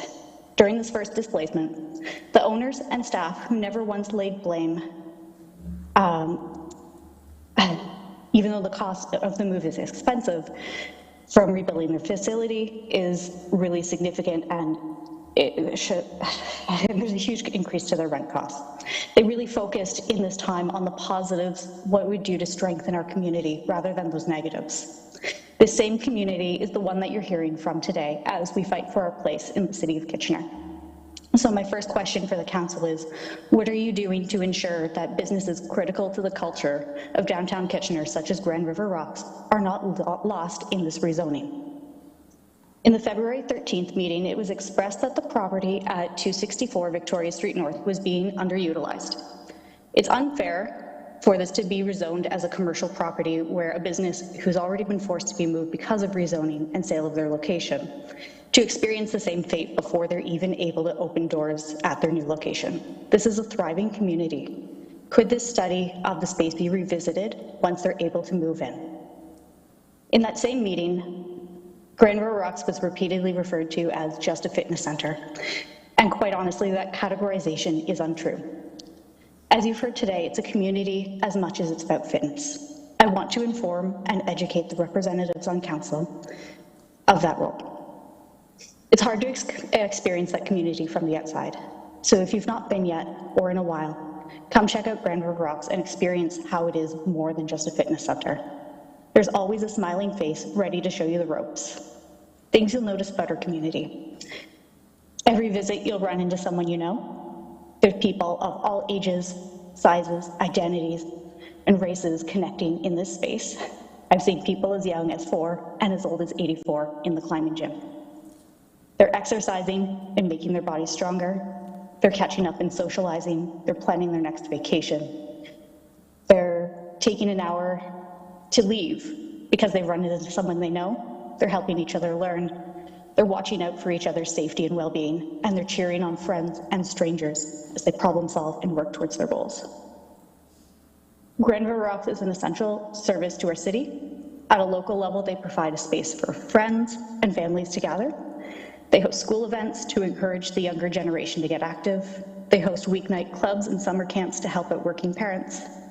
They're a great place to host a birthday party to celebrate a special day. But on a broader level, they're also a tourist attraction for our city.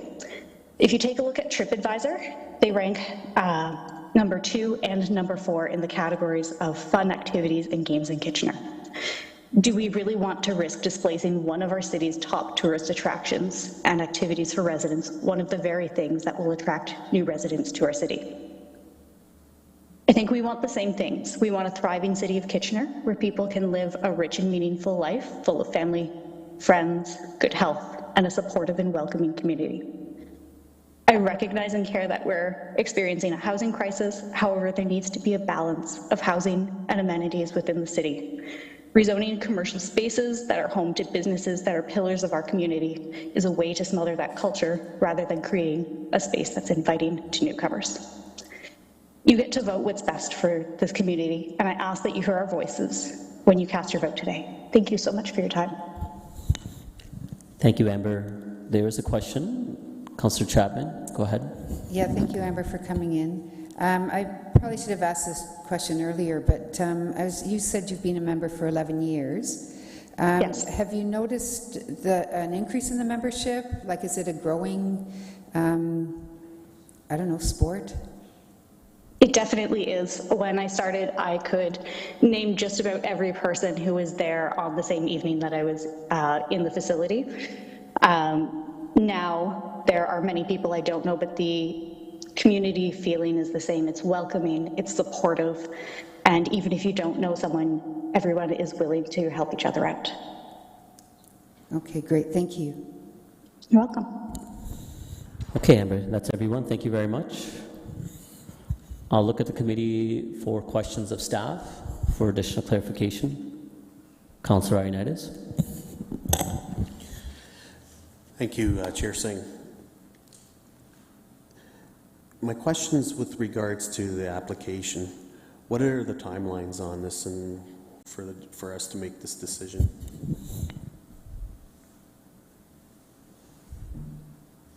Just keep your mic on, Mr. Dumart.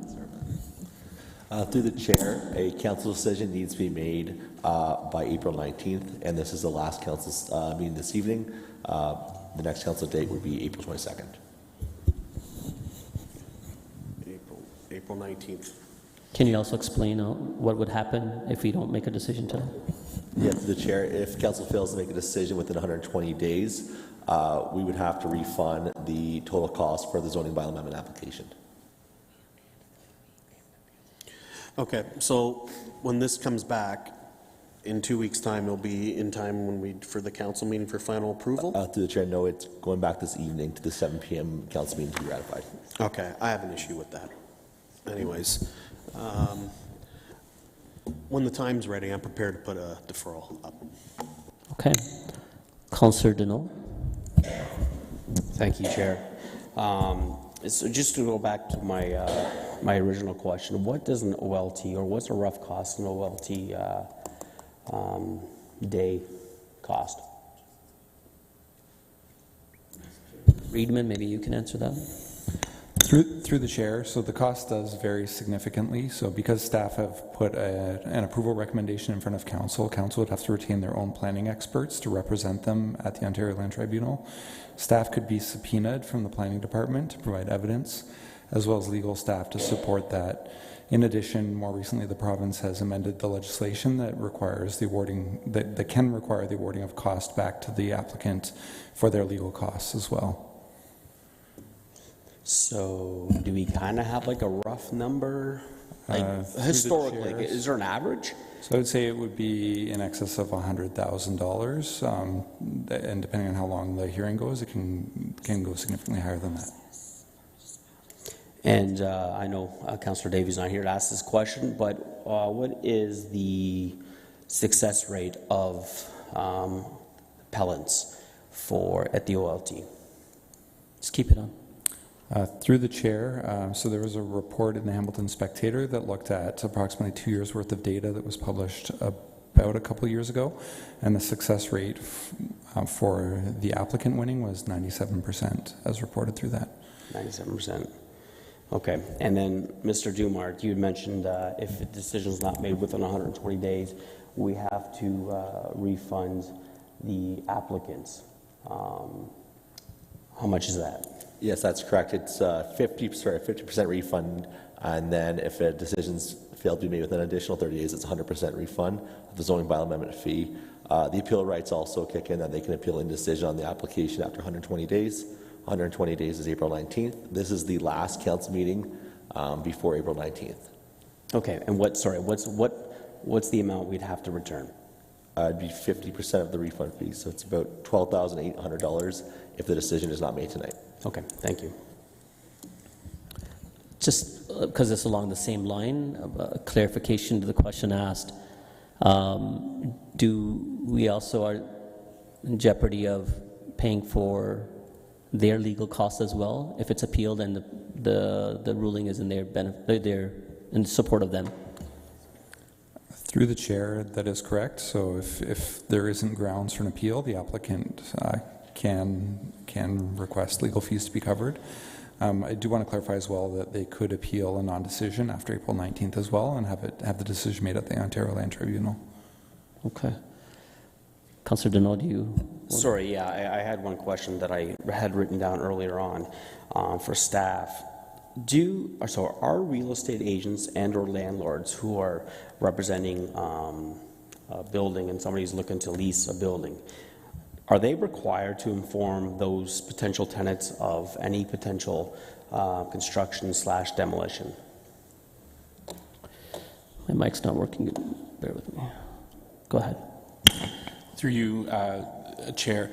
So we endeavor to provide as much information on publicly available sites as possible. So Council will recall that we've recently developed our planning applications website. We put billboard notice signs on properties, and we mail all properties and occupants within 240 meters to make awareness. The requirement of a real estate agent to provide information, I can't specifically comment on that. What we do is we take the role of responsibility, or we take the responsibility of providing notice in all of the ways that we do. So our planning staff do work with real estate agents quite regularly, especially on residential properties where we provide information that is known, but I can't speak for what may have happened between the real estate agent and the developer. Because it is important that tonight the planning recommendation is a planning recommendation based on the provincial direction that we're required to implement, and not necessarily on a commercial lease basis. Okay, thank you. Councillor Chapman. Yeah, thank you. So it's not just Grand River Rocks that's being displaced here. There are other offices and commercial businesses. Can you give us an overview of what that looks like?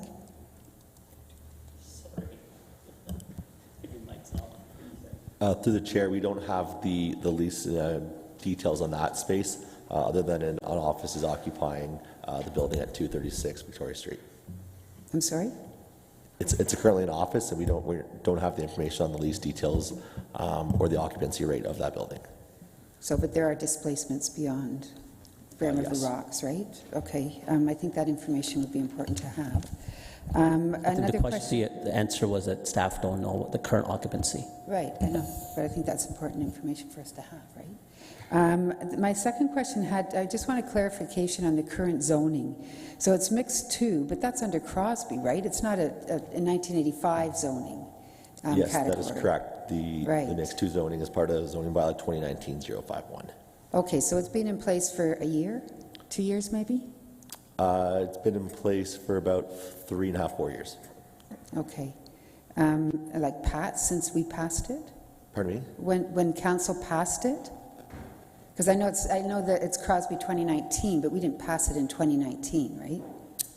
So Crosby was taken in 3 stages. Stage 1 was non-residential zones, where stage 2 was taken in 2A and 2B, which was the base zones and then application of as well. So stage 1 applied to these lands, which updated the zoning from an MU zone 85-1 to a mixed 2 zone in 2019-051. Okay, so it's a relatively new zoning category or zoning designation on this property. Yes, that's correct. And the planning framework at the time was put in place with the opportunity to have bonusing to increase density on these sites. So the intention was to increase the heights and the floor space ratio in MTSAs, in city nodes, downtown, community nodes through bonusing provisions. But as you're aware, the province removed that. So essentially we have some planning framework in place that does not entirely align with the opportunity to increase the density through bonusing, and that work will be reviewed and updated through future amendments to lands outside the MTSAs, which may see similar zones to the SGA zones that were just recently council approved. But even with those bonusing opportunities, I think I heard earlier you said that the maximum height would be 15 stories? No, that's incorrect. The as of right official plan would allow for up to a maximum of 15 stories. To go above and beyond that would require an official plan amendment. Right. Okay, thank you. Thanks. Mayor Renovic. Thanks. I actually have some additional questions of the applicant. Yeah, I think that would be helpful. Andrea, do you want to come down?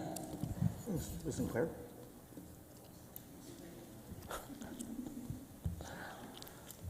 I don't think she wanted to come down.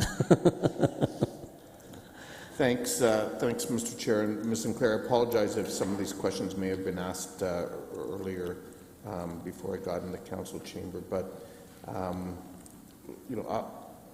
first of all, in terms of your project, as I understand, you're not looking to commence construction imminently, and in fact, at least honor the first 5 years of the lease, if I understand that correctly. That's correct, through you, Mr. Chair. So there's a number of things that would have to occur on the site. It's not shovel-ready. We mentioned, and it was before you came in, there's a requirement for an RSC, which can take anywhere from 12 months to 2 years, depending on what's determined through that. There's agreements that have to be made with Metrolinx and CN, and they're easy to get along with. Sorry? They're easy to get along with. Yeah, they're super easy to deal with, super quick. So there are a number of technical things that have to happen, and there's also not, there's the uncertainty in the marketplace, so there's no immediate plans to proceed with a site plan application or immediate plans to go to building permit. There's a lot that has to happen on this site, but because some of these things take a lot of money to work through, it's to their advantage to improve the site through this process, so that they have the residential uses, so that they know what they can achieve on the site, and then they'll go from there. But it is a longer term project. I think through the questioning that you've heard in the delegations, and both the owners of Grand River Rocks, as well as a number of people from the community, and we've certainly heard from many outside of this, there's a lot of concern around this. And so I am wondering, and it seems that there may be a motion for deferral coming forward. I guess my first question in regards to that is,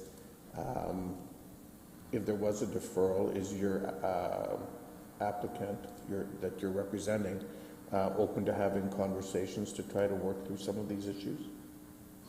Through you, Mr. Chair, I think that openness is there. I did encourage them to reach out to Grand River Rocks following the neighborhood meeting. I haven't been involved in those discussions, but I'm happy to connect the two groups if there's any way I can assist. I know, as I said, I don't have privy to the full lease, but my understanding is they have first right of refusal if the property does go up for sale, and I understand there's clauses related to financial compensation for investments made if the lease terminates early, but I don't know, obviously, the exact details, so we don't typically get involved in that, but I do think there's a willingness of the owners to meet with the group if there's something that can come out of that. Okay, and so I guess like going along with that, it's obviously, you know, not in your applicant's interest to see this go to the board either. If there could be, if time could allow some of these issues to be worked out, and so do you have would your owner be amenable to committing to some time in order to allow for that to happen? I'm not sure what Councillor Ioannidis is proposing in terms of a deferral, but is that something that they'd be willing to commit to this evening? I think they would be willing to commit to that. I've understood from staff that because of Bill 109, there is that time constraint, so I'm happy to work with them to make that happen as soon as possible.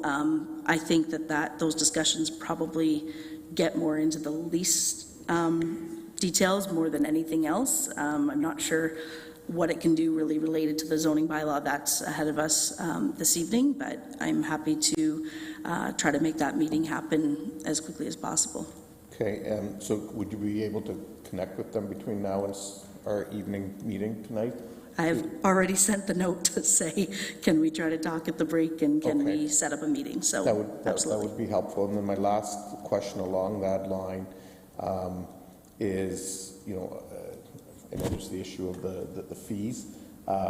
Would they be amenable to waiving their right, or I think they can't waive it, but I guess they could. I mean, we would have to write them a check. They'd have to write a check back or something along those lines. We'd have to figure that out. Is that something they would be open to? Through you, Mr. Chair, it's something that we've been asking multiple municipalities on behalf of multiple developers where we're running into this, and I will say credit to Kitchener, you have been making Bill 109 work much better than other municipalities, but I've understood it's statutory in the Planning Act, and I don't know if there's the ability to do that even if there's an agreement on developers. That's the advice I've been hearing, is even if the developer's willing to sign something saying they won't request the fees back, I don't know if that can be done, so it's probably a question for everyone else, but it's something I can ask them on the... Yeah, you can ask them from their end. I think we'll get the legal advice. I suspect the legal or the advice that we'll get is that we would need to write a check back, whether or not you can write it back, you know, in terms of, I don't know, a donation or whatever, you know, that might be an option. So we can look at that. Okay, those are all the questions I have. Thank you. Thank you. Next up is Councillor Ioannidis, and perhaps he can, if you want to stay a bit, he may have some clarification questions from what Mayor Benwick has asked, as well as he can discuss the timing of the deferral as well. Councillor Ioannidis. Yeah, thank you. The Mayor Vrbanovic asked a lot of the similar questions that I wanted to ask. I guess since you sent that email already, I want to defer. I guess my goal would be to defer it to the decision for tonight, and then when I hear what we hear about what the timing can be, that's how I'll base my deferral, because.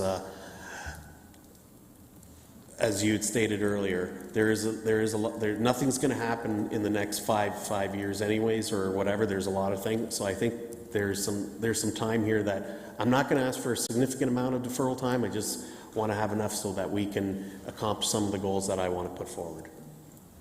I think what's really being sought is having some sense of certainty. Again, you've been clear that there's still a prolonged period of time before actual development can take place, but understanding if that can be at least past the 5-year or the 5-year mark, knowing that will help us understand better. And I think it would be only fair to the current tenant as well. And that's what we're looking for. Just so you don't have to come back down again, there's others who have queued, but I'll ask you this question regarding the affordable housing. If you can ask that again, because again, amongst the discussion, and some delegates have raised this as well, is again, we are seeking a lot more density than the 15-story as of right. And some of the justifications regarding the MTSA area, perhaps then we should also be looking at the affordable housing that is a general component of the MTSA areas as well. But I'll leave for you to have that discussion with the proponent. And through you, Mr. Chair, it was also in the note I sent out if there is any ability to commit to something today on that. So I'm hoping to have responses back on both of those, and tried to read the room as much as I can in terms of what I can communicate to a client without committing on their behalf, of course. But No, we appreciate that. We know that you're not the one that's making the decision. Yeah, thank you. Thank you. Quickly before you go, actually, so you're not doing exercise back and forth. Councillor Johnston, Chapman, then Ioannidis, you're back again. Anyone that has the questions of the proponent's representative? No? Okay. Thank you. Oh, go ahead, Councillor Chapman. Yeah, just to add to your list, you mentioned that the new development could be done in phases.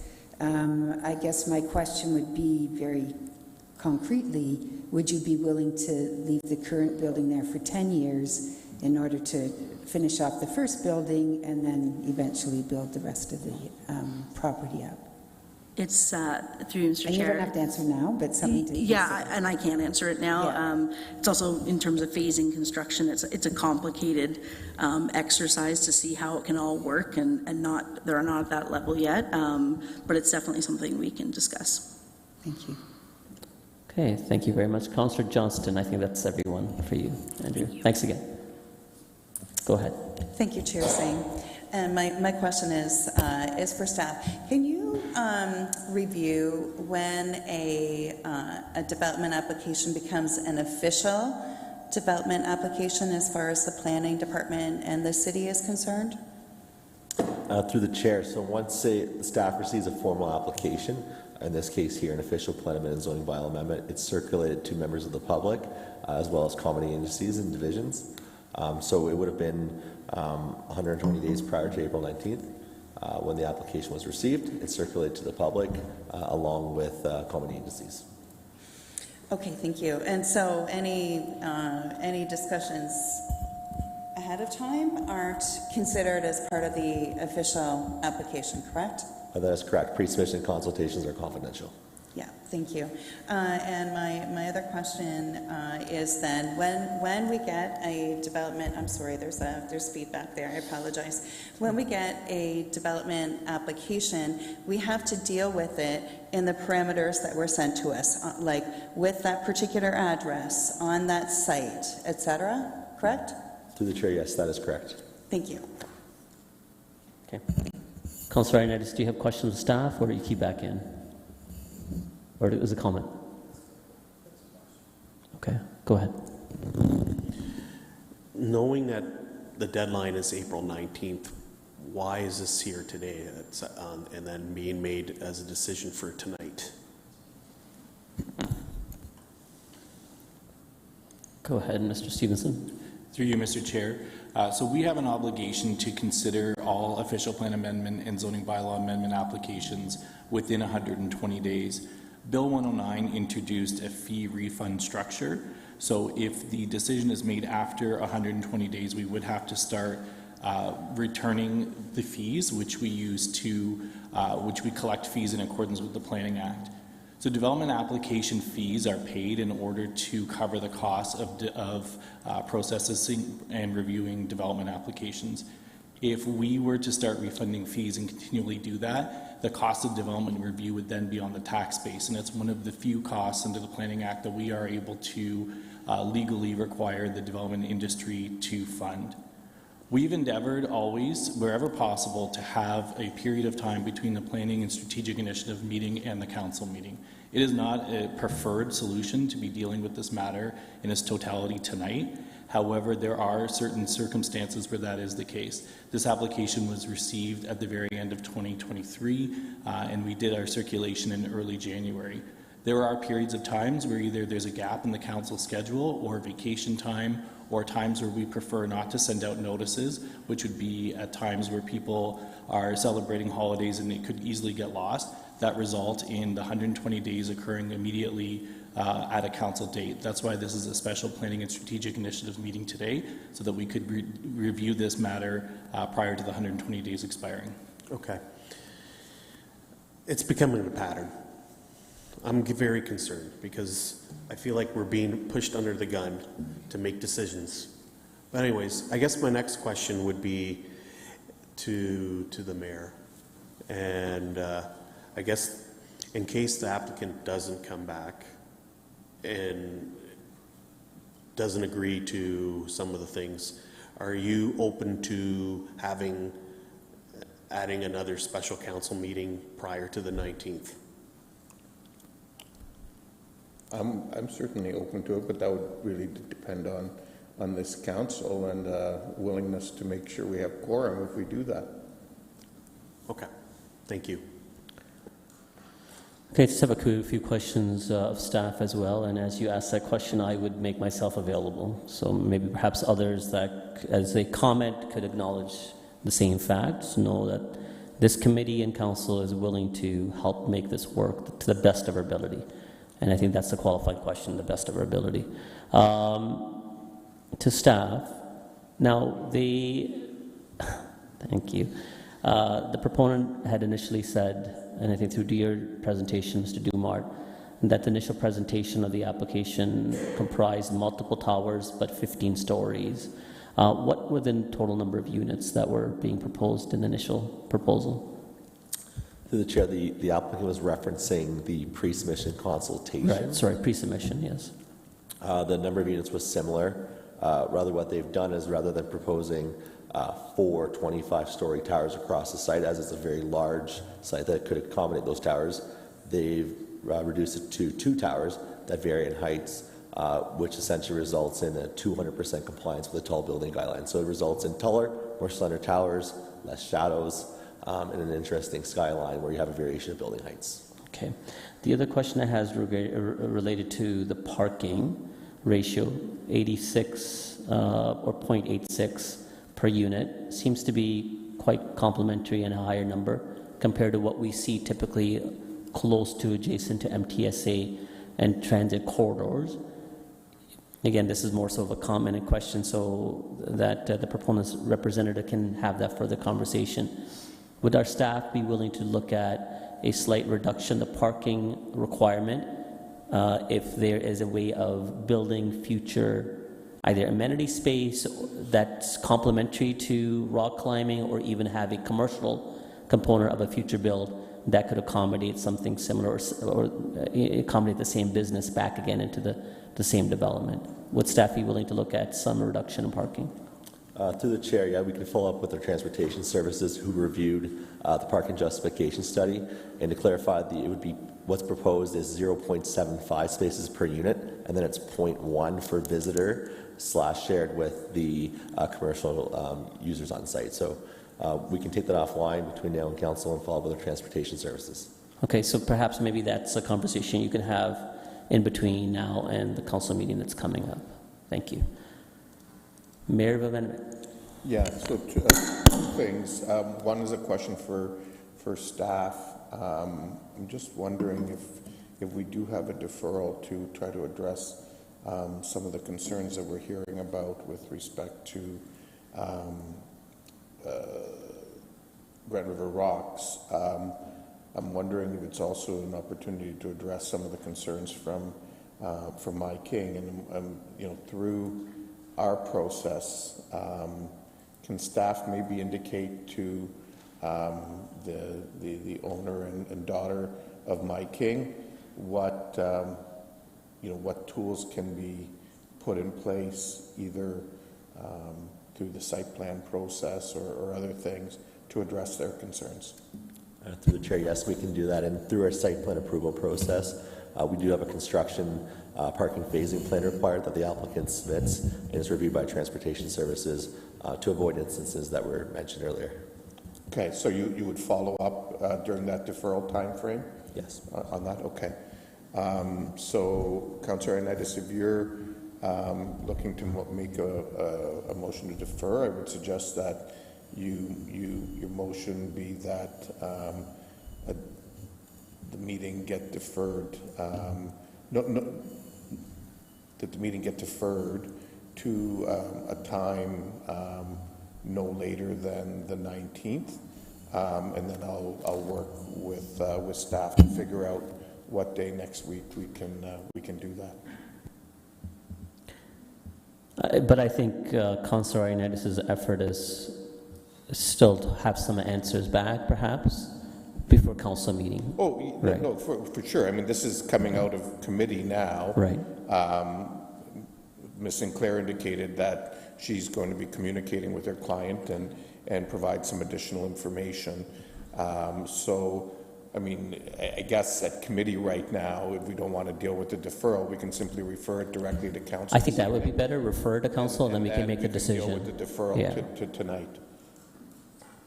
Okay, I think that's what Councillor Ioannidis is doing. It's being referred to council, at which point we'll have some additional communication answers back from Ms. Sinclair. And during the council meeting, then we can decide to perhaps defer it to no later than April 19th. Okay. Sure, if you want to make comments now, go ahead. It will be coming back, but go ahead. Go ahead. Comments now? Okay. You can. And just the reason why I'm asking for this is because, excuse me, sorry. I know that there's been some challenges with the current tenant that's been inside, that's coming in as Grand River Rocks. And so, I mean, I've heard several issues from our committee here about affordable housing and et cetera. And I feel like, out of good faith, that the applicant can make some form of concessions to help out the situation, and recognizing that Grand River Rocks has a significant impact in the community. And I'm not to say they're not also to be held accountable as well, Grand River Rocks, but I would like to see some form of resolution, if possible, to alleviate whatever it is, or to come some form of a compromise.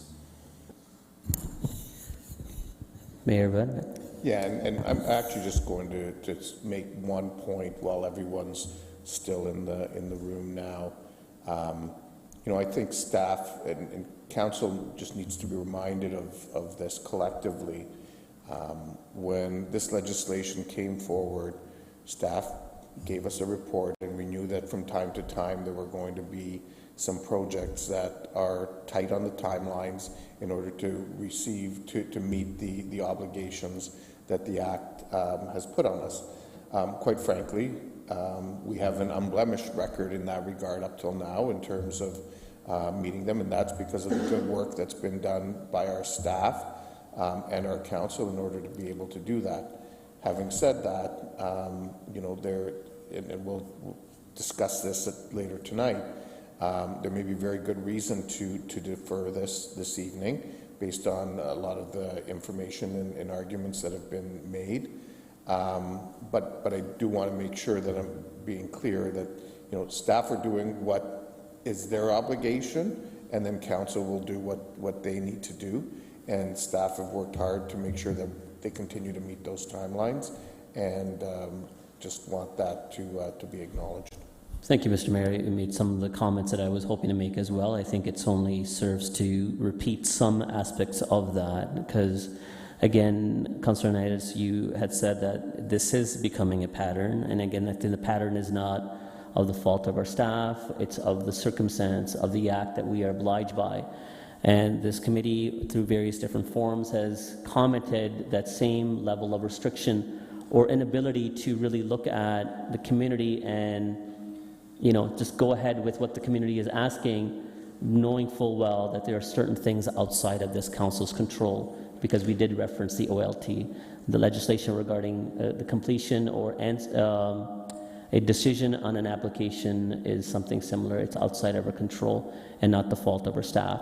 That being said as well, I think it's important for us to, it's not an argument when we outline the process of the Planning Act. It's really, I think, in our interest to properly educate and inform the delegations exactly what the process is. And sometimes that process is not in favor or the way that the delegates would have wanted, but those are the facts, and that's why it's important on us to outline the repercussion, the cost, as well as the process in itself.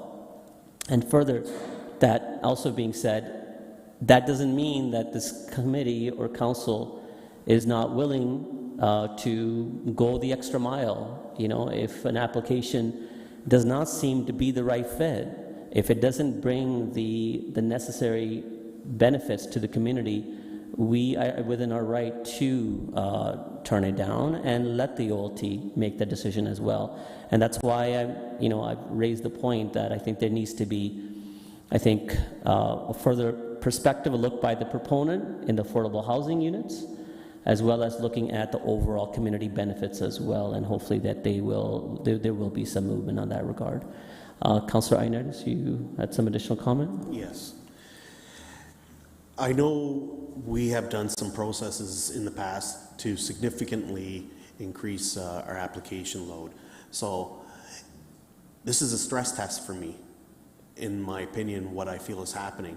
And it feels like to me, in the last few things that we've done, and they've been big policy frameworks that we've had that were been under the gun.